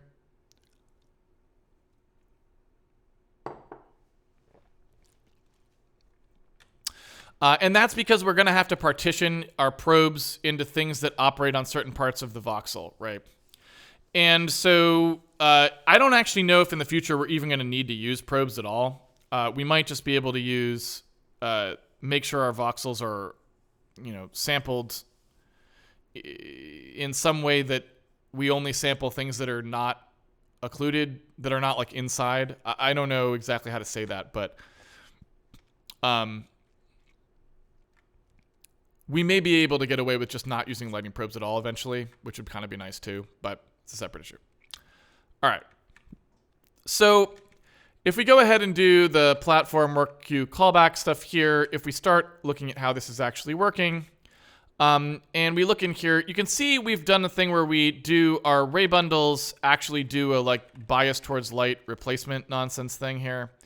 I'll leave that in for now, but I think we may eventually want to just do completely unbiased, just regular sampling and leave it at that. I don't know, so don't quote me on that, but again, I'm not gonna rule it out. So after we do all of our sampling here, what we really need now is just a way to do this spam voxel. We know that we can call this stuff and we can use the light direction, so we know more or less that we should be able to literally just do this part here, right? So while this thing does its ray bundle index stuff, and you know what, now that I look at it, this is actually has to move on the inside anyway. So right here, we're not gonna, this is not gonna be doing it. We're gonna be writing into different parts, so we don't wanna do any of this. This has to all happen in here, right? And so there's none of this summing. This is not happening. Like, this is not right at all. This stuff here doesn't happen this way, right?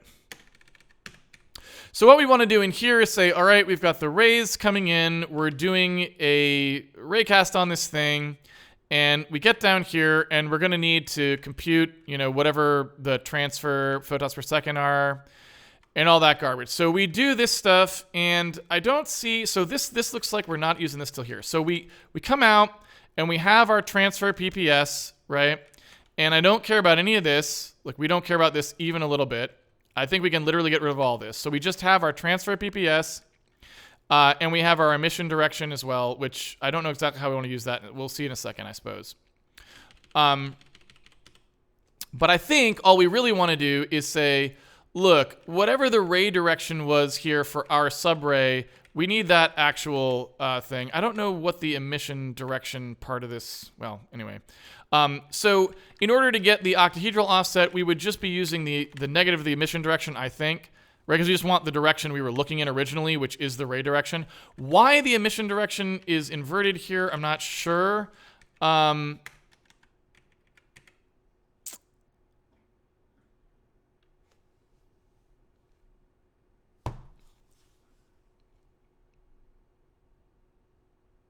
Oh, right, because it needs to look backwards. No, so that's fine. Yeah, that seems fine. So anyway, we're going to need to get the direction where we're going to encode this actual thing, and we can get rid of this because we're actually going to be casting in lots of different directions now, so we should be filling in the map a little bit more completely, hopefully, maybe, if we're lucky. Anyway, so then we don't need to compute any of this stuff, I don't think. We just have the octahedral offset that we want to pass, and so now we just need to send spam voxel the correct information. So first of all, we need to know where we're going to do it, and that's here. We then need to know like what the actual color was, and I think that's the transfer PPS is all we really need to pass there. We have the light D, which is like the distance, and so to do that, to look at that, we need to know how far away it was, right? And we actually have that information, but it looks like we never extract it. So, oh, well, it's this, right? It's the T hit here. So if I just do a get component on T hit, I think we would be fine. Or sorry, T ray, right? So I think we just need a get component on that, and that's all we would really need.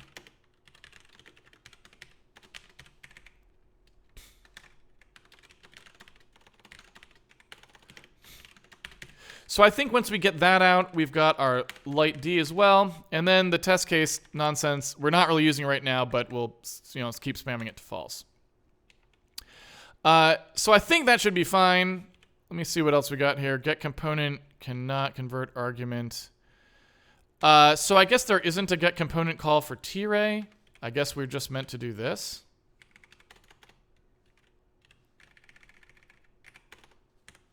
Is that right? Or just that. And then light C in this case was a typo because we just need the transfer PPS. I think. Missing any parameters here? Solution, location, light C, light D. Oh, yes. And then our octahedral offset. There we go. All right.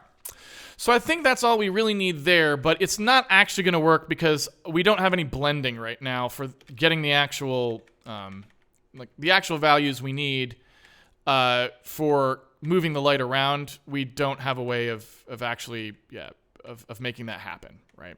So that part's not done yet. And so that's, I think, the only thing that we're currently missing. And that's going to be the voxel irradiance stuff. So if we look here, here's where this is happening. Compute voxel irradiance at is saying, I need you to tell me what the light is that comes in here. So this is the actual part we care about, and we're mostly good, but the problem that we have here is this part right here, this get irradiance, it doesn't do anything, right? Like if we put this in, we're gonna have to, like, we're kind of screwed here, right? We need this thing to actually do the lookups, and we're going to want to try-lerp on the actual lookup, right? So basically what we need to do here is find some way of doing these lookups for each of these. So when we do the like cells, blah, blah, blah, and we have the field here, that's not going to cut it, right? So the try-lerp needs to actually have this thing welded in, and in order to do that, we're probably going to need to like encapsulate that into a function, right? So what we're probably going to need to do here is make this try-lerp call actually call something that will do a blend, that will do like a, that will do the what's the word I'm looking for here? That'll actually do like the texture sample. Now, I don't think we need to actually use this for a macro because we can actually just do this in V4s and call it a day. So I think that'd be fine. So we don't really have to know much. We can just start with our reflection vector, I guess. Although, do we actually care about the reflection vector in this case?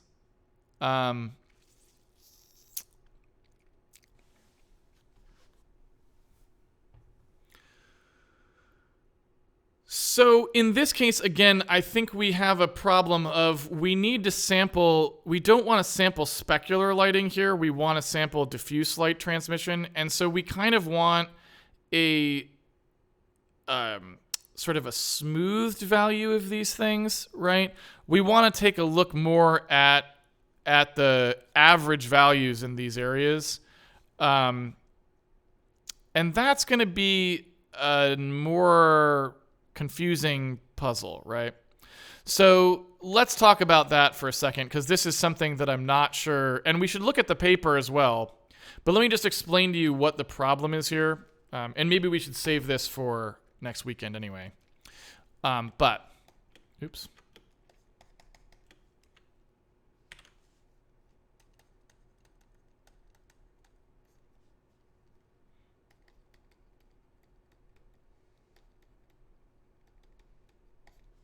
So the problem that we're fundamentally going to have here is that we've got an octahedral map, and I guess I'll use the grid to slap that down. We've got an octahedral map here, and it's got a border region around it, right? But fundamentally it's 8 by 8, so it's this grid exactly. And what happens is when we want to sample the light coming from a particular direction, well, we can sample it just by asking, like, what's the light in this direction, right? And what that corresponds to is we know, given that this is an 8 by 8, what we know is then if we were to look at a sphere, right? So let's take our sphere here. There we go. If we were to look at a sphere, we know that like this, subsection, so an octant of the sphere here, would map to an octant here, right? So, back to a quadrant here. Half a quadrant? I'm not sure how to say that, but boy, basically what I'm saying is this, right? So a triangular region here maps to a triangular octant here, right? And so what's going to happen is when we need to sample something that's a fairly specular light, so something where we're looking for just what's coming in right at a particular angle, right? We're just going to look up in here and say, what's the light? And we'll just take a sample and we're done, right? But what happens when we want to know like more about like this entire region of what's coming in? Because that's what we're going to ask for diffuse lighting transmission. And in order to do that, we're talking about a huge area here. So what we're really going to want to do is sample like an entire subsection of this thing, right? We're going to want to take a big sample like that and average all of the light that's coming in. And yeah, not really average, it's cosine weighted in a sense. But otherwise, more or less, we're going to try and take that, summation. And so this is the part I'm not sure how they intended it to be done. And I don't know, because we didn't really look at the paper for that. And so the question is, what would we do? I mean, the most expensive way is to actually step through a wide area of this texture, taking individual samples and multiplying them by the cosine fall off. Not a particularly great way to do it, right? So I'm wondering, is there some other way that we're supposed to sample it? Now, one thing we could do is MIP this down. So let's suppose that we took our 8 by 8 and we did a pass every frame that takes the 8 by 8 and we then smush it down to like, some tiny texture where now like the entire triangle before, like one whole quadrant, is just this area here, right? Or this area here in that case. So we map that down. And then we're just saying, look, now we're just going to take one sample in the smaller map that will average together a wide, right? That one thing will bilinear filter a wide range of the stuff. And yeah, it's not exactly cosine weighted, so it's not great, but it's something, right? And again, don't really know. I don't know if that's a smart thing to do or a stupid thing to do. I would say let's take a brief minute and see. If we take a gander at the paper, what do they think you should be doing when you're sampling that map, right? And hopefully they actually said. A lot of times papers, they'll just skip over things sometimes, so it's hard to say. But in this case, we'll just hope that they maybe documented that part. So if we take a look at that original paper that we were looking at for octahedral map, diffuse lighting,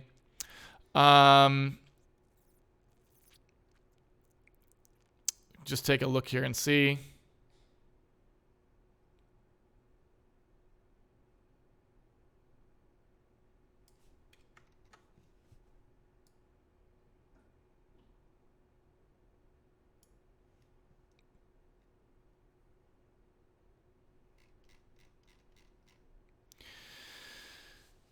Let's see. We compute direct blah, blah, blah. We can also handle direct illumination from extended area light sources. All right. This is not really what I wanted to know, but here we go. We extend the original visibility probe weighting scheme of blah, which we maybe might need to look at because who knows if that talks about it and they're just importing that here, right? We modulate incident radiance by specifying diffuse surface albedo in order to compute one bounce of indirect outgoing diffuse irradiance. Okay, so we might need to look at that.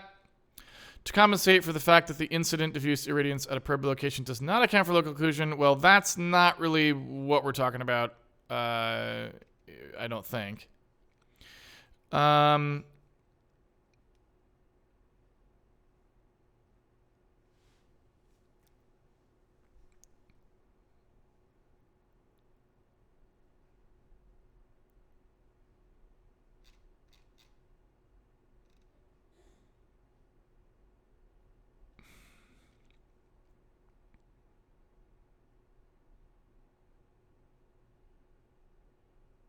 Yeah, so I don't really see... I don't really see anything here that talks about that, to be honest. So we may want to look and just see what is on one of these two, right?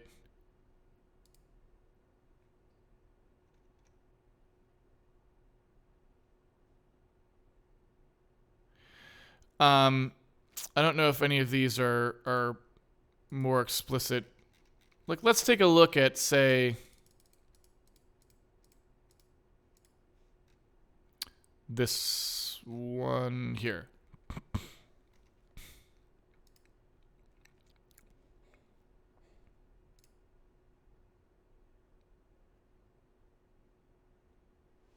Because they may just not bother talking about it because, hey, they talked about it in earlier papers. So they're like, look, if you want to know how we're sampling the light probes for diffuse, just look at our earlier paper, right? So I'm going to save this one into our docs directory in case we need to look at it again. And we'll see. So looking in here, let's see, light field probe structure, implementation details. Let's see, layer of 2D texture array. For shading applications, of pre-filter the light field radiance, additionally storing a cosine weighted, okay, well that's literally what I was just talking about. Additionally storing a cosine weighted incident irradiance probe for all possible receiving surfaces at X. That seems kind of aggressive though.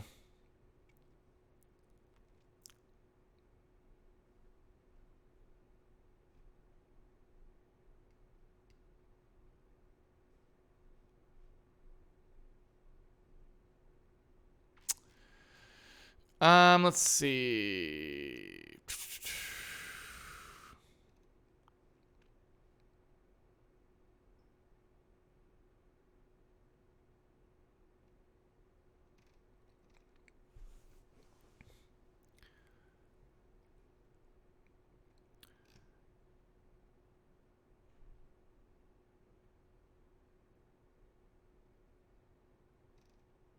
So I'm still not really seeing... Here we go. This is what we want. So let's take a look at this. Well, at least I think so. We rasterize directly visible source to compute direct light using shadow maps in a pixel shader, exactly as we would have expected. Then in the same pixel shader, we ray trace to estimate indirect lighting using Monte Carlo integration. We traced n random rays according to an important sampling distribution. Each returns a sample incident radiance. Light field with scale the normalized distribution. The integral converges, right? Snapshot because the indirect effects of both static plus specifically second higher order. All right. This is the more performance issue. Not sure we care about that. We introduced an optimization suitable for deferred for executed denoise estimate of indirect incident. All right. The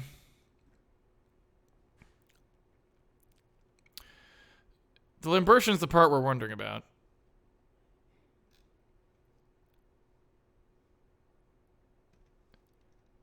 Our indirect illumination pass traces one ray sampled from each of these with cosine weighting and writes the result to noisy Lambertian and glossy incident radiance buffers. For Lambertian reflection, all right. We compute and store integrated incident irradiance instead of albedo modulated outgoing radiance. This allows us to denoise our numerical estimate without blurring or biasing. Okay, we denoise the incident radiance in a second pass with standard cross-bilateral projected temporal filters. Okay, we don't care about that really at the moment. Hence, the benefits of separating Lambertian and glossy terms become apparent. The Lambertian term is often noisier, sure, but also spatially slower varying as a result of, okay, yep. I'm with you so far. Often in practice, we all do okay. Rays that sample the Lambertian reflection capture less information per pixel than glossy samples, i.e. compare the left side of the figure. Okay. They estimate a function that varies more smoothly, sure. Lambertians are more expensive to trace due to their incoherence. Okay. Essentially random accelerators. Note, however, that complex visibility, blah, blah, blah.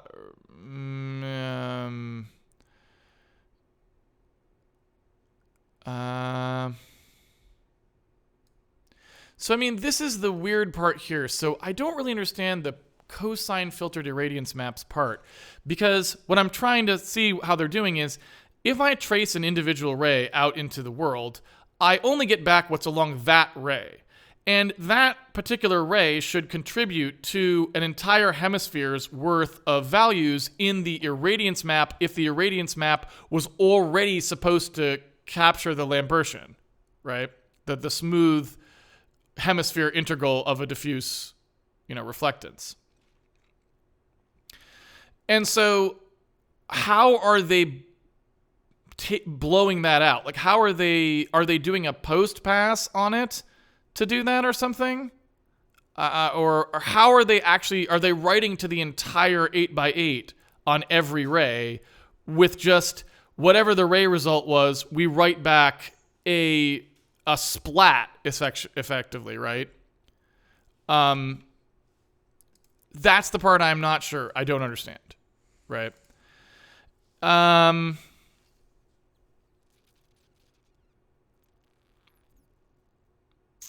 So I wish they would say that more directly, but it sounds like that's what they're doing. Meaning on every ray, it sounds like they actually write back to a 4x4 or possibly even larger inside the map. Which, hey, we could do.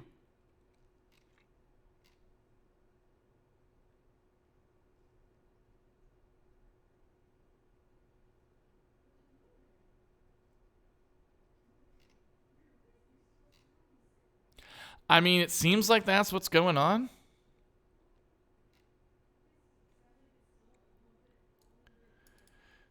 And you can see here they're kind of talking about, so this is glossy sample pre-filtering, right? It is tempting to pre-filter the light field probes by constructing mip-map change to enable cone tracing. So Voxel, that would eliminate the need for post-filtering glossy term. However, while it is trivial to pre-filter radiance maps, the optimal strategy for filtering normal and distance maps is non-obvious. Sure, that makes sense.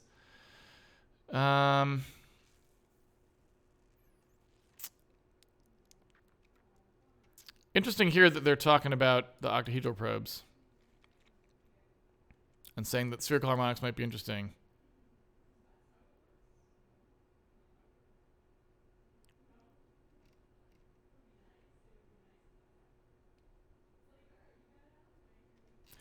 So I don't know. I'm not quite sure. I think we'd have to spend a little more time reading this to really figure out what they were doing there, because hopefully you can understand where my confusion comes in. It's just that I want to know, like, I don't understand how they're getting from a single ray sample to something that will actually affect a number of directions in the octahedral map, right? And so one way of doing that is just producing the octahedral map and then filtering it into something you can use for that. And then another way of doing it is the opposite way around, where every time you cast a ray, you just fill it out into the correct place, right? And I don't know. I don't know which of those two things they are doing. It seems to me that doing it in a single post pass is the most obvious thing to do, to me.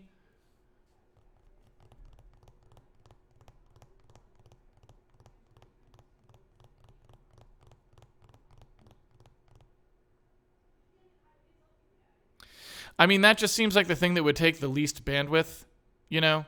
So you'd write to the octahedral map, and then you'd have something that just basically produces one octahedral map from another by basically, you know, doing a read of a row, writing it in to the other row, doing a read of a column and writing it in. That's the only thing I can think of offhand. So again, really not sure, but it just seems like we would have to do something like that. That is the one part that to me seems like I don't know what we would do there. And again, like maybe I'm just missing something, but it seems like, yeah. The other problem that I think we would have there is, again, if we move the entire thing to the GPU, which maybe we'll do, then it's a little bit easier because we have that map available so that we can use it while we're doing ray tracing.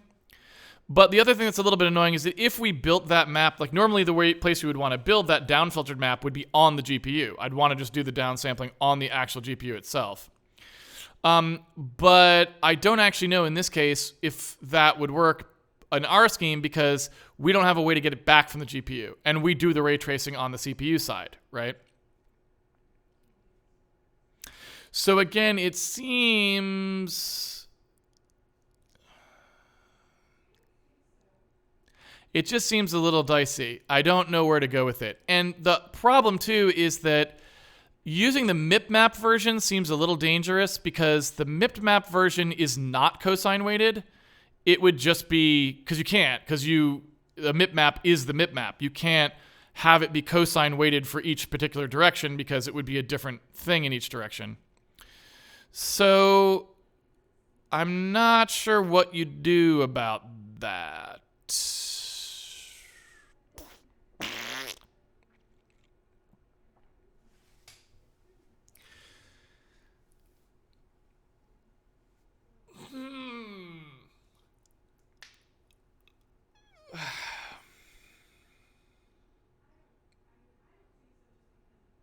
I don't know.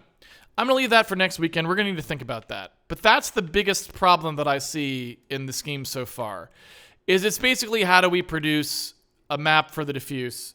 Because while we can pretty easily use what we already have, we don't have that secondary map, right? And so, you know, like I said, one way to do it would be very expensive. Like if we did the full version I mean, just to give an example, if we were doing this from the actual diffuse mapped version, it just seems really dicey, right? So, yeah, if you imagine like a sample in this thing, so we do light C, you know, it just looked like this, right?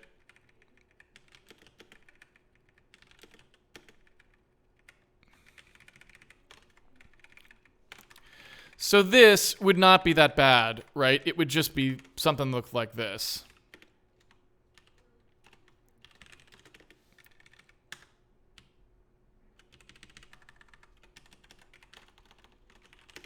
So we would first take, okay, what's the direction we're actually trying to sample in? And then we would say what that actual bounce is. Oops, I accidentally deleted something I needed there. Didn't mean to do that. So this would be pretty straightforward, right? We would just compute our tx, ty values by doing the octahedral offset, right? So that's the direction we're looking in.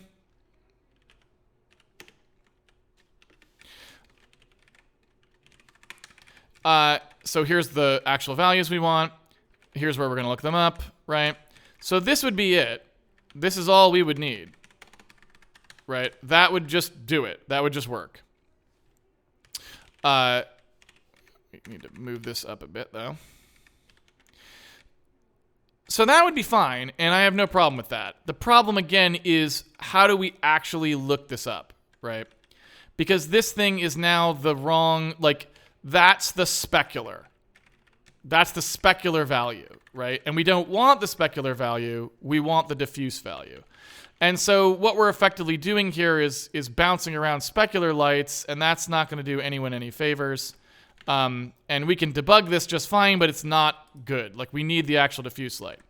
So what we don't have is a way of mapping this light C value to a light diffuse value, basically, which is a blurring, a cosine-weighted blur of this thing.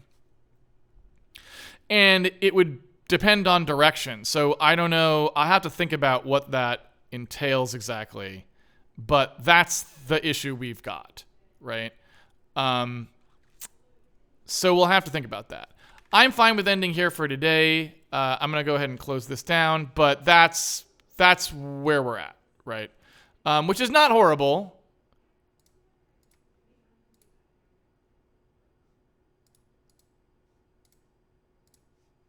Right? It's not that bad. But it's still like a little bit of an unknown. So let's go ahead and go to a brief Q&A. And let's just assume that next weekend that's our task, is to figure out a solid answer for that, and then we can start debugging going forward. And by the way, we could debug that using our other stuff as well, because then we could just change to using a diffuse pass there and verify that that worked in addition to the specular, right?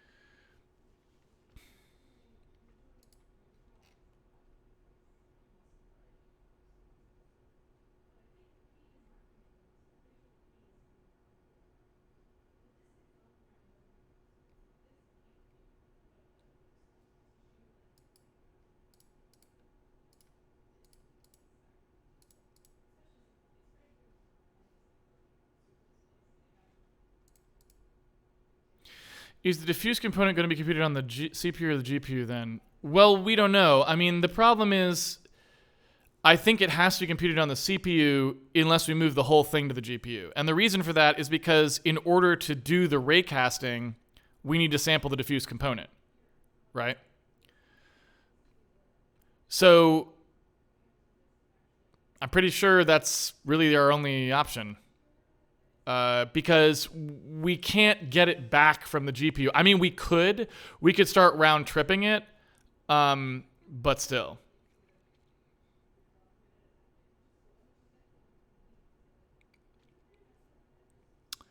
Since hardware standards move quickly, have you considered doing a pass on the code base to move to newer versions of OpenGL and SSE? I don't think there's any newer versions of SSE we could actually use reliably. I mean, I guess we could go to SSE 4, but I don't think there's much optimization really I don't think there's that much there that we really needed. It wouldn't really impact our code much at all, I don't think, at the moment. We certainly can't use AVX2. That's not available everywhere.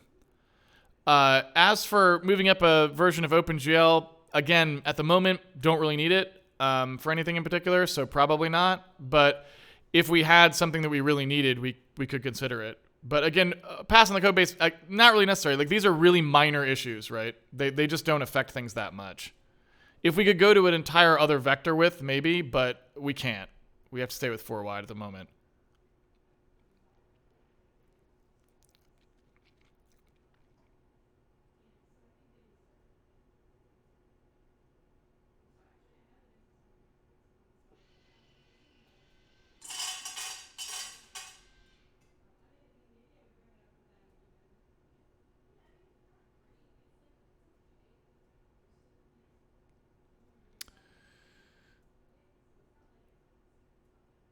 Current OpenGL is like 3.2 or something like that. And so there's not really, like, we don't really need very much from OpenGL. Like, it's just not super integral to what we're doing. So we don't really have to use much more than the basic programmable shaders, which we're using, right? So as for the current version that's available, I don't know if 5 is available now. It probably is.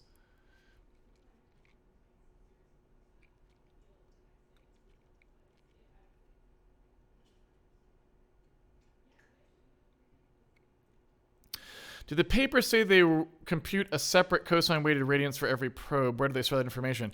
Yeah, again, I think we need to go read the paper carefully, which maybe I'll do in the intervening week, because it sure sounded like that. It sounded like they computed 2 maps. One that was the octahedral map of the glossy, so not Lambertian, and one that was the cosine weighted Lambertian map, right? And at least in the paper we were originally reading, it only showed 2 maps. It showed a depth map and a single octahedral irradiance map. So, and again, this would probably be clearer to us if we actually went through and read the paper. Like, it normally takes a few hours to read through a paper carefully, and we don't do that on the stream. So my assumption is this would not be confusing to us if we actually sat down and read the paper proper, like in silence together, right? Which maybe we should do a stream where we all sit and read the paper carefully. But you see what I mean.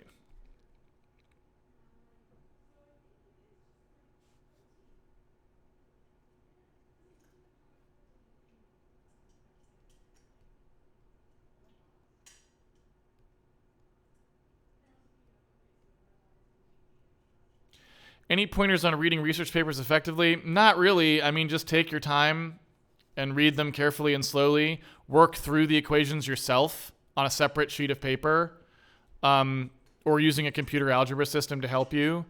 Because I find that a lot of times it's tempting to just blow past the equations, but then you have no idea what the heck it's talking about. So.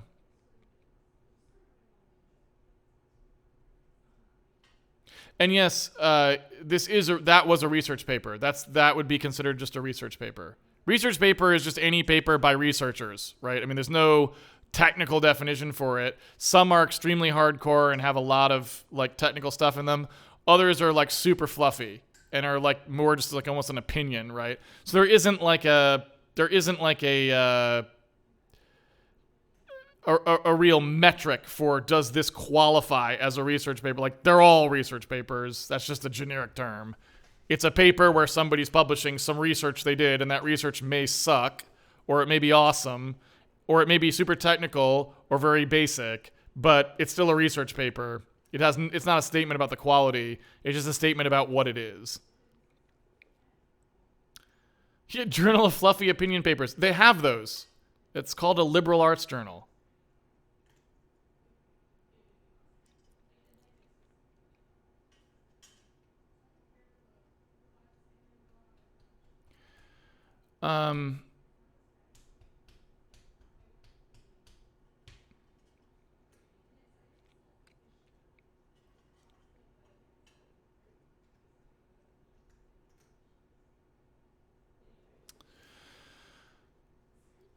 All right.